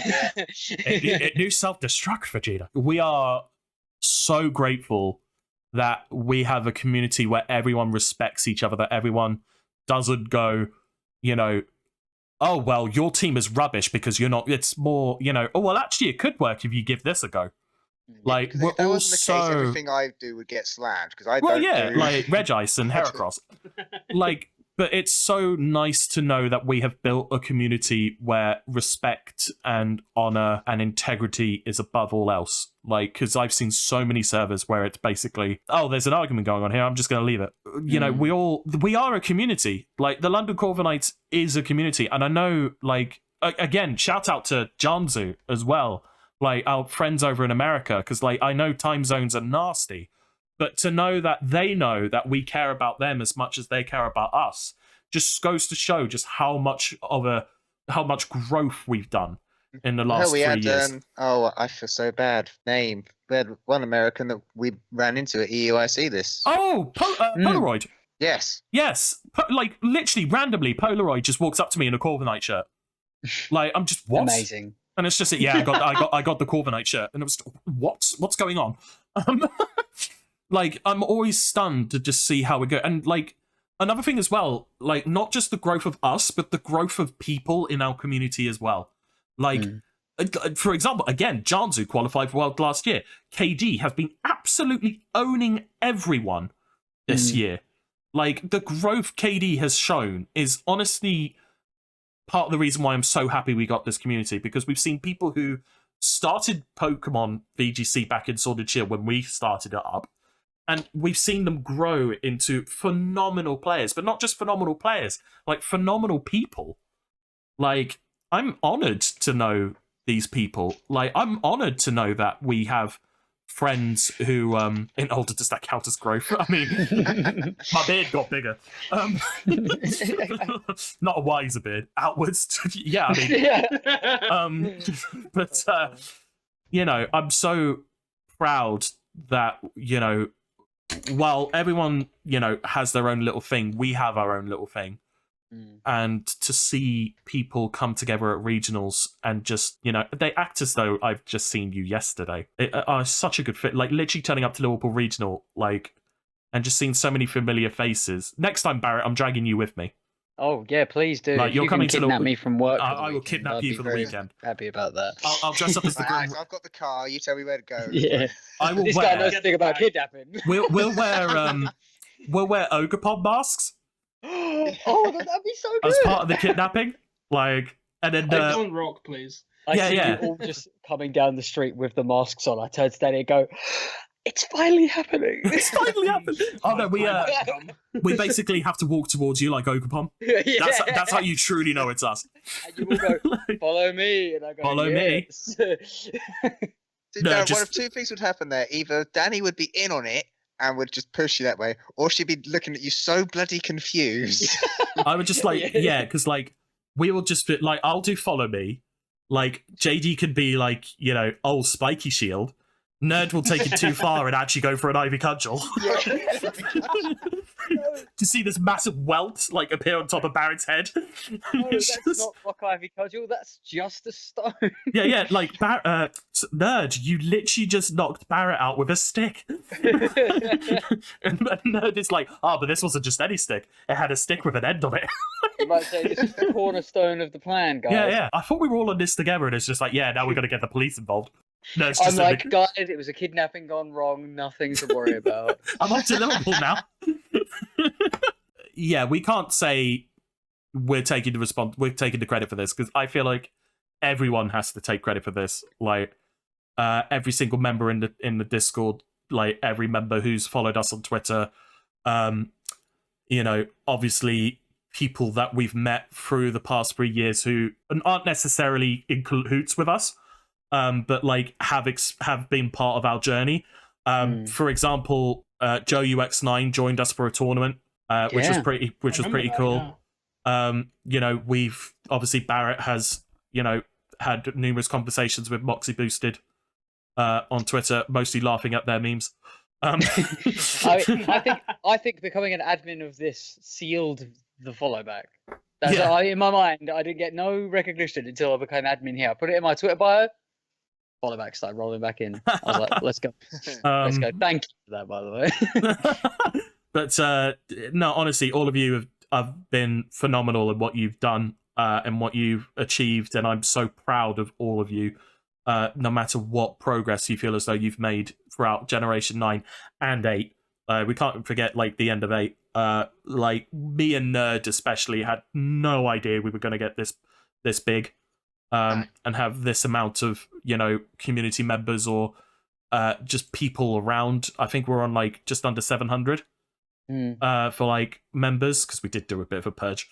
There's something I'd like to just add. It's like you said it. You and me definitely can't take responsibility for it. I don't think it is. We might have been the ones that kickstarted it, but it's the community itself that has made it what it is. Exactly. Like, you know, to key one of my favorite. I want to talk about favorite moments in the community, but definitely one of my favorites is just like when we were starting getting the followers in. Shout out to Yellow Eyes. Yellow Eyes was our very first Discord follower, Discord member, and his first comment was that this looks a bit bare. and Ed was like, well, obviously. Well, I'm not gonna lie. He went around and did a little bit of recruiting. I wouldn't have even known about this server if it wasn't for Yellow Eyes. I was just That's randomly on Twitch. I didn't watch a lot of Twitch before I started streaming, and I just got sick of feeling like I didn't really know anyone else who played the way I wanted to play. I knew loads of people play casually, but like no one who really wanted to take it a little bit more seriously. And I just went on Twitch and was like, let's just find somebody. And I found Yellow Eyes, and at the end of it, he was like checking in on other people's streams, saying, "Oh, hey, like, let's go check in on Alex, see how he's doing on his run of the tour, and he was pulling up Sean Locke moments because he had just died. So I forgot about that. A group of UK lads all getting together and saying, "Oh, let's talk about this great comedian who passed away recently." And then right at the end just drops, "Anyway, come join the server." Me thinking it's his server. I go, "Yeah, sure, let's jump on in this guy's server." And then there you go. I just joined the London Corviknights by mistake, and I never left. I've been stayed here the whole time. I remember you talking to Yellow because I had Yellow stream in the corner on my phone, and I thought I saw Barrett C9 like talking away, and I thought, "Oh, that's nice." Yellow Eyes is like, and then Yellow's like, "Anyway, let's check in on Alex." And I was just like, "Wait, what are you doing?" And then like you were talking to me, and I'm gonna be honest with you, right up, I thought you were like a teenager. I don't know. I thought you were just an absolute teenager, so I was just sort of like, "Oh, okay." I remember me and Yellow were talking about raiding, and you were like, "Oh, well, my other half's doing stuff at the moment." And literally that evening, me and Yellow raided Barrett's wife.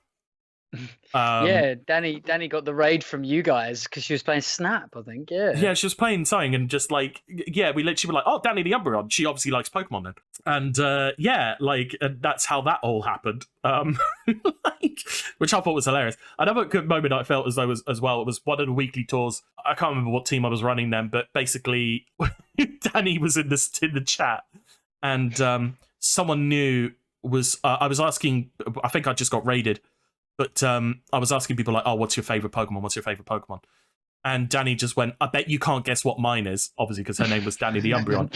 Somebody then immediately responded with, "Is it Sylveon?" Like, I twitch. Literally, like I thought that was hilarious. I don't know if anyone's got any other moments they want to share. It's just one that sticks out for me that I found quite funny, but it's going back to our very first tour. So this was again the Sword and Shield. Oh. But I remember you, me, and Ed, because this was when I first used the Symbios Orangaroo with an assault vest Hate that. and a weakness policy Metagross. Oh, I used it in our first tour. Yeah. And I was so close to winning it, but I remember you, me, and Ed being in admin chat is like, "Scott, please tell me it's not showing he's winning it because it would look really awkward if an admin wins the first bloody tour." Thankfully, I didn't. But we were secretly like cacking it, like because we were just realizing like, "Oh, this is our very first like weekly tour. Oh, we better not win it because otherwise it makes us look egotistical." That's how. I'm not gonna lie. That happened to me the first time I won a tour. It was the Series 10 throwback tour, and I was like, "Guys, I don't really want to post this one because I kind of won." Yeah. It feels a bit big-headed to post. "Oh, congratulations to me."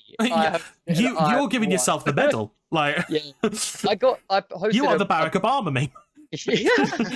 I had a multi-battle tour that I hosted with a few other streamers that I knew at the time, and me and Pikachu Potter, who was my partner, we ended up winning. But during the match, people were like, they're only holding the tour so they could destroy all of us. Please don't actually. I didn't know that. But then, because we were in the middle of the match, Carl goes back to watch Danny's side because we were battling Danny. And he just looks at the chat. Everyone's just like, "Oh, they're just bullying us." I thought, no, this is the worst case scenario.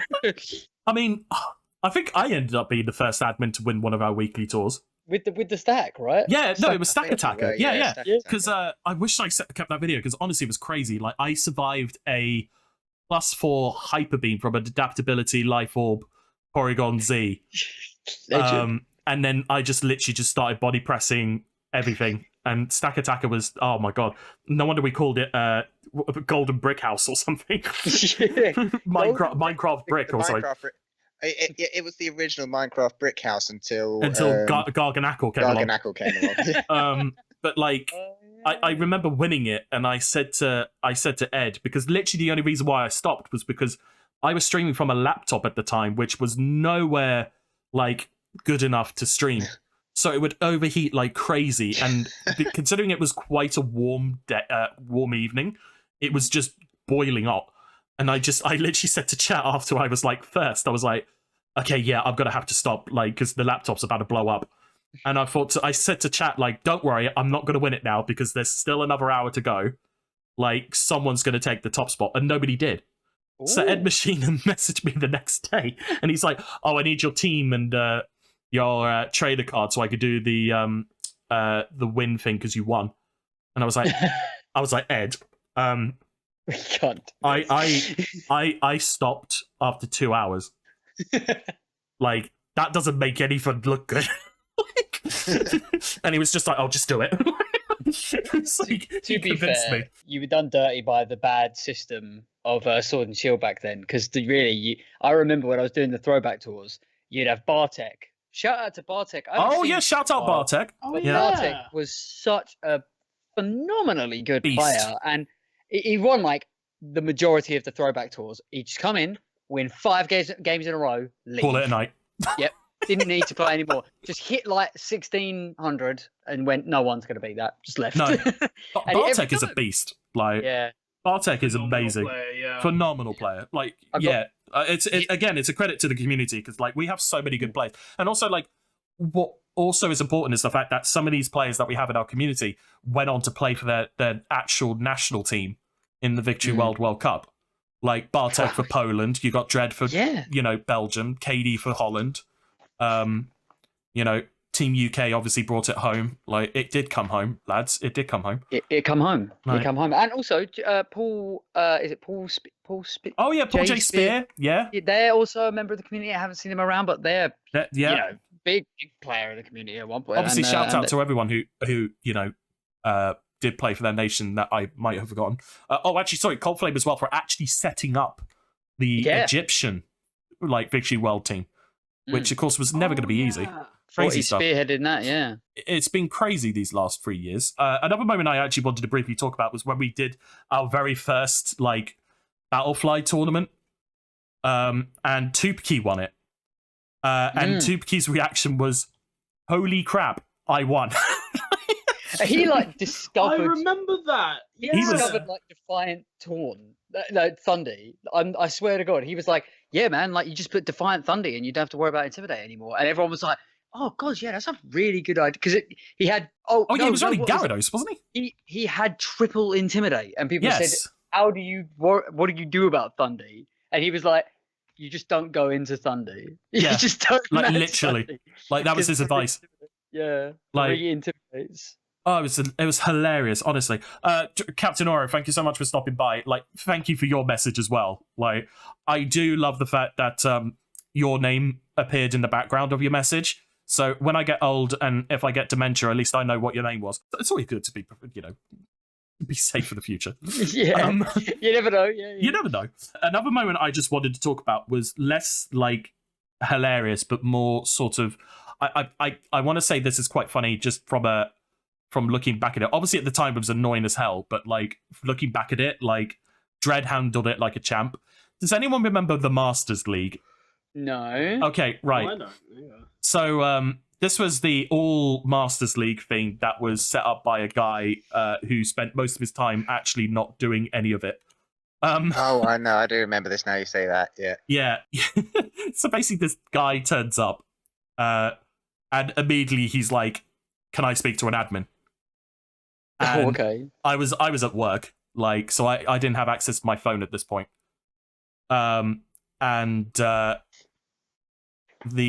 Basically the guy was like, "Oh, I want to speak to an admin. I want to speak to an admin." Dread was like, "Hello, how can I help?" And he was just like, "How can I be an admin?" Dread's I remember this now. Yeah, Dread's like, "We're not dishing out admins right now. Why do you want to become an..." And he's just like, oh, well, can I at least plug my league? He was like, yeah, I used to self-plug. And he was just like, oh, okay, can I do it as an admin? It won't matter. But... Literally, I was just like, how did Dread have the patience? I mean, we ended up doing it because, shout out to Yasha, paid for our entry fee. And it was the worst thing I've ever been a part of. Not because of the team we were in or anything, was the organization of it was so bad. And it kind of, experiences like that, though, helps us understand how to organize things better. Because literally this dude just put people into teams, like teams registered. But he kept changing the rules every week. His general chat was literally just minion gifs from Despicable Me. What? I don't know why, but no, the guy was horrible. Honestly, like I no regret saying that, like because he was just rude to everyone. And what was worse was that not only was he organizing it, but he was part of a team. He was contradicting his own rules, like by being a part of a team and then changing them as the season went on. So it's just like, what are you doing? Like, what are we doing? Untitled Unknowns. Shout out to that team. I don't think there's many other stories I've got off the top of my head that I can think of. Unless oh, actually no, there is one more. Right at the beginning of the Discord's creation, myself and Ed had a battle on the ATX weekly viewer battles, Unsworded Shield. This was like Regulation 9, I think. It was like the 7-9 rule set, like before all the restricteds came in. Yeah. You know, it was Tall Cole Venusaur, you know, G-Max Venusaur and like Metagross and Zapdos. Life Orb Lando T. Yes, Charizard as well, G-Max Char. But basically Ed had a match and his opponent, like 5 minutes before the match, just turned up and said, I can't do this battle anymore. Like, I have to withdraw. So basically Ed was sitting there without an opponent. I, stupidly, was still awake at this point, and I said in chat, do you need someone to fill in? In my mind, I was like, they're not going to say yes because it's like 1 o'clock in the morning and they probably have a backlog of people. Literally, Gems messages me 2 seconds later being like, would you like to fill in? And I was like, oh, okay, I'm going to have to do this now, aren't I? So I turned up with so it was obviously traditional Sun with Torkoal, Charizard, Venusaur, Landorus. Grim was in there as well. I can't remember his 6mon. But I was running the Stack Attacker, Porygon 2, Blastoise, Grim, Zapdos team. And we ended up having an impromptu admin battle on the ATX viewer night. In the opening battle, it was literally he ran Venusaur, Grim, and I was running Grim Blastoise. And he switched in. He switched in out. He had Lando. He switched out Lando for the Venusaur, and I Dynamax went for a Max Hailstorm. And you can hear them, the two commentating away, being like, "Oh, I don't think this was a good idea bringing in Venusaur." And then literally the screen just cuts to Blastoise bringing the hell up, and they're just like, "Oh no, this Venusaur really doesn't like you." No. Literally was that. And then the hail chip for the sash. No. Yeah, and then literally, like, after our best of 3, I think, I won 2-1. But literally was only because in game 3, I predicted he was going to protect his Gigantamax Venusaur. So I took out his Torkoal instead. But afterwards, he was just like, oh, that was so much fun. That was so much fun. But because I was so tired, I wrote fun that was fun that. Like, at 3 o'clock in the morning. The game got you battles into the Yoda battles mindset. with the moves. I really, really like the battles of the moves. And then literally, I had to work the next about 4 or 5 hours later. And I think Nerd messaged me being like, "Are you all right?" And there's me being like, "Swell." You explained to me, I think you were just telling people it was, oh, he didn't sleep well that night, and then you messaged me that I was up battling Ed at 3 o'clock in the morning. So, okay. Yeah, literally, I was just like, yeah, I was battling Ed. But I was telling everyone at work, I was like, I had a migraine. Like, didn't sleep very well, just had a migraine. It was great. Everything was backwards. Everything was backward, back to front, left to right. But yeah, I mean, I've said a lot in this bit, so I'm going to leave it to you three to share your bits if you have any. Well, I've told my story of I suppose my origin of when I turned up here, but I will say that I remember at one point when before you took, I think, Dread Mumbo on. Oh no, just after you took Dread Mumbo on, there was a time when you guys were thinking about applying for admin.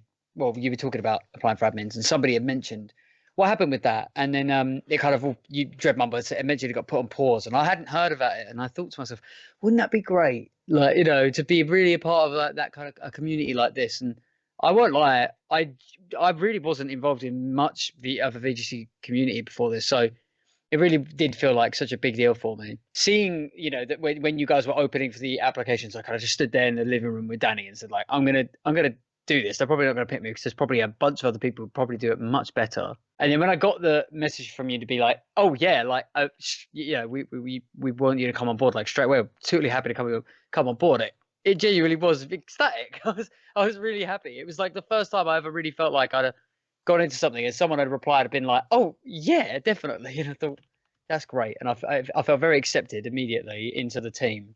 And I forever have always felt like, even though there are times when each of us might come and go from the roles that we do, and some people step in and then they need to step away, there's always been times where everyone's been there at one point doing something. And I really love that, to know that we've always got, you guys are always there to come in and like you said, Alex, you guys have always got our back. And this is the most team feeling I feel like I've ever really felt.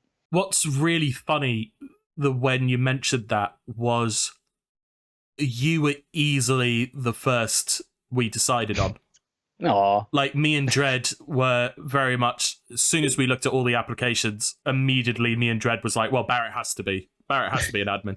Like, have you seen him? Like, he's literally running around like an admin already. Like, I was just like so interested to be just even remotely involved in something. And like, anytime someone said anything that I felt like, oh, I might be able to help with that, or I might know something about that, I just really wanted to. I just wanted to at least have some place, felt like having some place there. And yeah, that's nice to know that, actually. That's really nice to know. No, honestly, like, it was such an easy decision. Like, it really was. And obviously we haven't regretted it. And honestly, Thank you. like, doing this podcast with you has honestly been such an eye-opener, because like, I've had so many people say in the past, like, we should be doing stuff like this, and like, I apparently particularly have a very good voice for either presenting or talking, is like, which does make it sound as though like, you can't shut up. Just like, Alex, you're really good at talking. When do you stop? I get that as well. Don't worry. It's fine. But yeah, like, doing this podcast has honestly been so refreshing, because like, we've been trying to do stuff like this for a long time, and like we mentioned, personal reasons and scheduling is always a nightmare. But it's been such a distraction from probably our daily struggles, to be able to come together and just be like, let's talk about a sprite that's been done particularly well in a game at a location somewhere in the world, like Zama Center. You can literally most of our content will now be just insert legend restricted, did well at location. Well, we really do. It is like, about 40% talking about actual VGC, and then 60% VGC Twitter, which I genuinely think is great. So I like it. I think that it's nice to hear people talking so genuinely about the things that they love, and when that thing is VGC and there's stuff happening in it as well, and the content, people are making so much more different types of content now. That this is I'm glad that this was the time that we really got this going, actually. But like, I mean, like, Nerd, have you got any memories particularly that you wanted to talk about? Alex has covered pretty much all the main memories, because obviously both of us there from the start, and him more actually than me. But something I would like to mention, going off of something you just said, actually, though, Barrett, about people constantly coming and going due to weather. I think I'm the worst for that of the admins at the moment, due to a bunch of real life things. But it's a combo of, again, what Alex said. I hope, while I might not be around, if needed, just send me a message and whatever. But then I also know you guys can all run it. You don't need me, and if you did, just throw me a message. So I think it's very good, and we've all got it set up. So We can cover each other quite well, yeah. Yeah, we've got like the optimum team.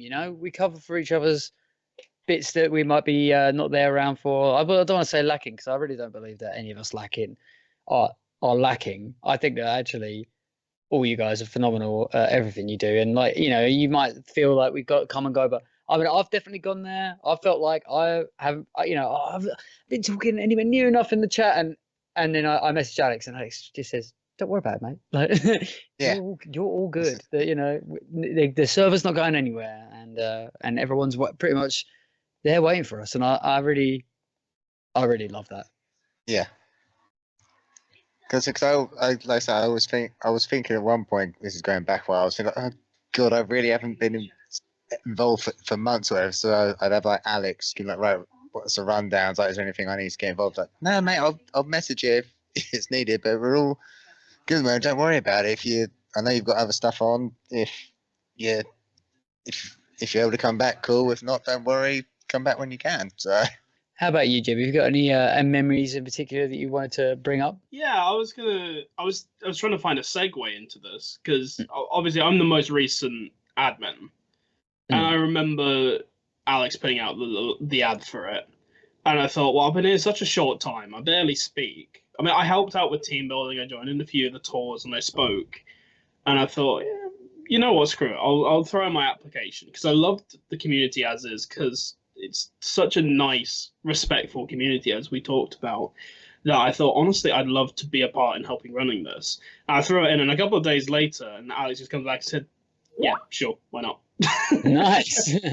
And it was just, it was such a buzz, like, oh, cool. And I've got to see it grow. And now it's back probably about 300 people in the server, 400, something like that. Yeah, that sounds about right, actually. And it was, it was genuinely lovely. I really appreciate being able to be brought in, especially because I got added by Ed after I made a very funny play for him on one of his streams. Because I'm a really good friend of Peter Panshu. Oh, yeah. Really old. Oh, yes. Yeah, shout out Peter. Yeah, shout out to Peter. I miss you, bud. I hope you're doing okay. But when we were talking on Showdown, he was like, oh, I found this cool streamer. Let's come check him out. Because he always does that all the time. And he said, he's British. I think you'll like him. And I said, did you say that because I'm British too? He's like, yes. Like, all right. And he was right. I love that. Right. Just like, are you from the same nation? Like, this will work. That's enough for me, honestly. That's enough for me. And yeah, I went to his stream and I started chatting with him. And I remember he needed help with the game, and I suggested, because they had a Hatterene and he had his Incineroar out, and I said, you should parting shot the Hatterene. Yes. He said, but doesn't that just a magic bounce it? I said, no, trust me, parting shot the Hatterene. Oh, did it Dynamax? No, it didn't. Oh, okay. It went for the Trick Room. Or at least he was go. trying to do it, but what parting shot does on magic bounce is that it effectively makes the Hatterene use magic bounce. Yeah, so it ejects it. Oh, yes. Yeah. And he didn't understand what it was. So he angrily pointed towards the camera multiple times, like, you know what you did.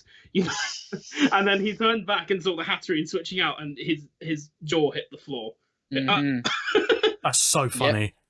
I've done that onto the Dynamax Hatterene. You bait out the Dynamax, you go for the parting shot. I did not know this. Hatterene. Oh, yeah. It's so funny. I wish I knew this.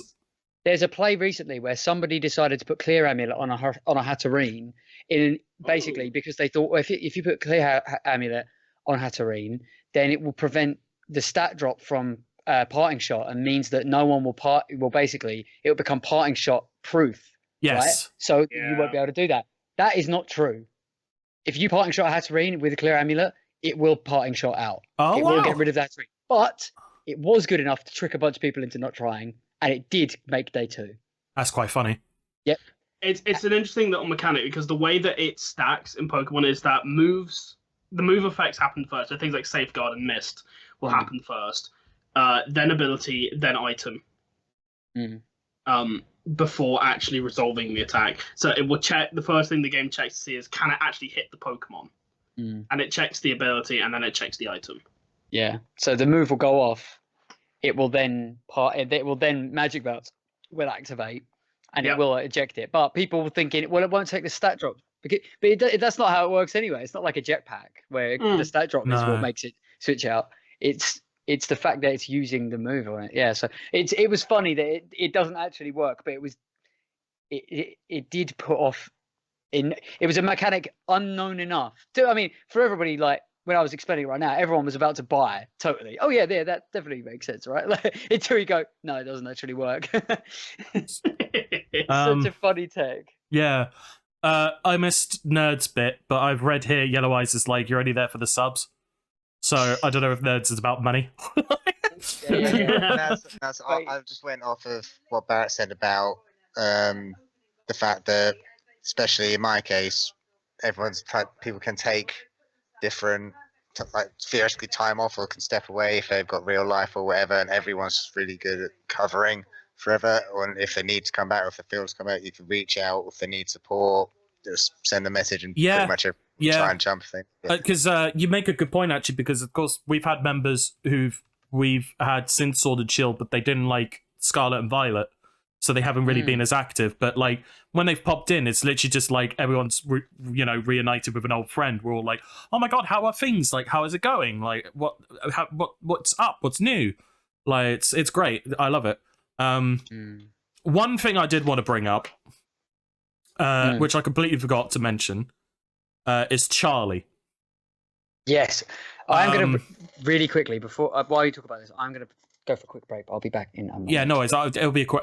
So I wanted to talk about Charlie because Charlie, of course, you will probably know as the best caster and host that Pokemon has at the moment, without a shadow of a doubt. And I have nothing but love for that guy. Like he came around. I don't actually remember how he turned up, but like he kind of turned up out of nowhere. And I remember Barrett sort of talking with him, like on his stream about like his journey and whatnot. And I just find Charlie to be ridiculously inspiring, like because he's got his own stuff he's going through, whereas I was born with a speech and language disorder, in which I was told in school the best thing I'll ever do is stack shelves in a supermarket. Like they gave me not really great life expectancy, like life fulfillness. So yeah, I've got like 20 years worth of trauma here, folks. And just, I had that as well. I know that feeling. Oh, it's awful. The like worst. And just watching Charlie just not only like do what he wants to do, but then he's done his own Edinburgh show, for goodness sake. Like he's done a one-man show. He's casting for Pokemon.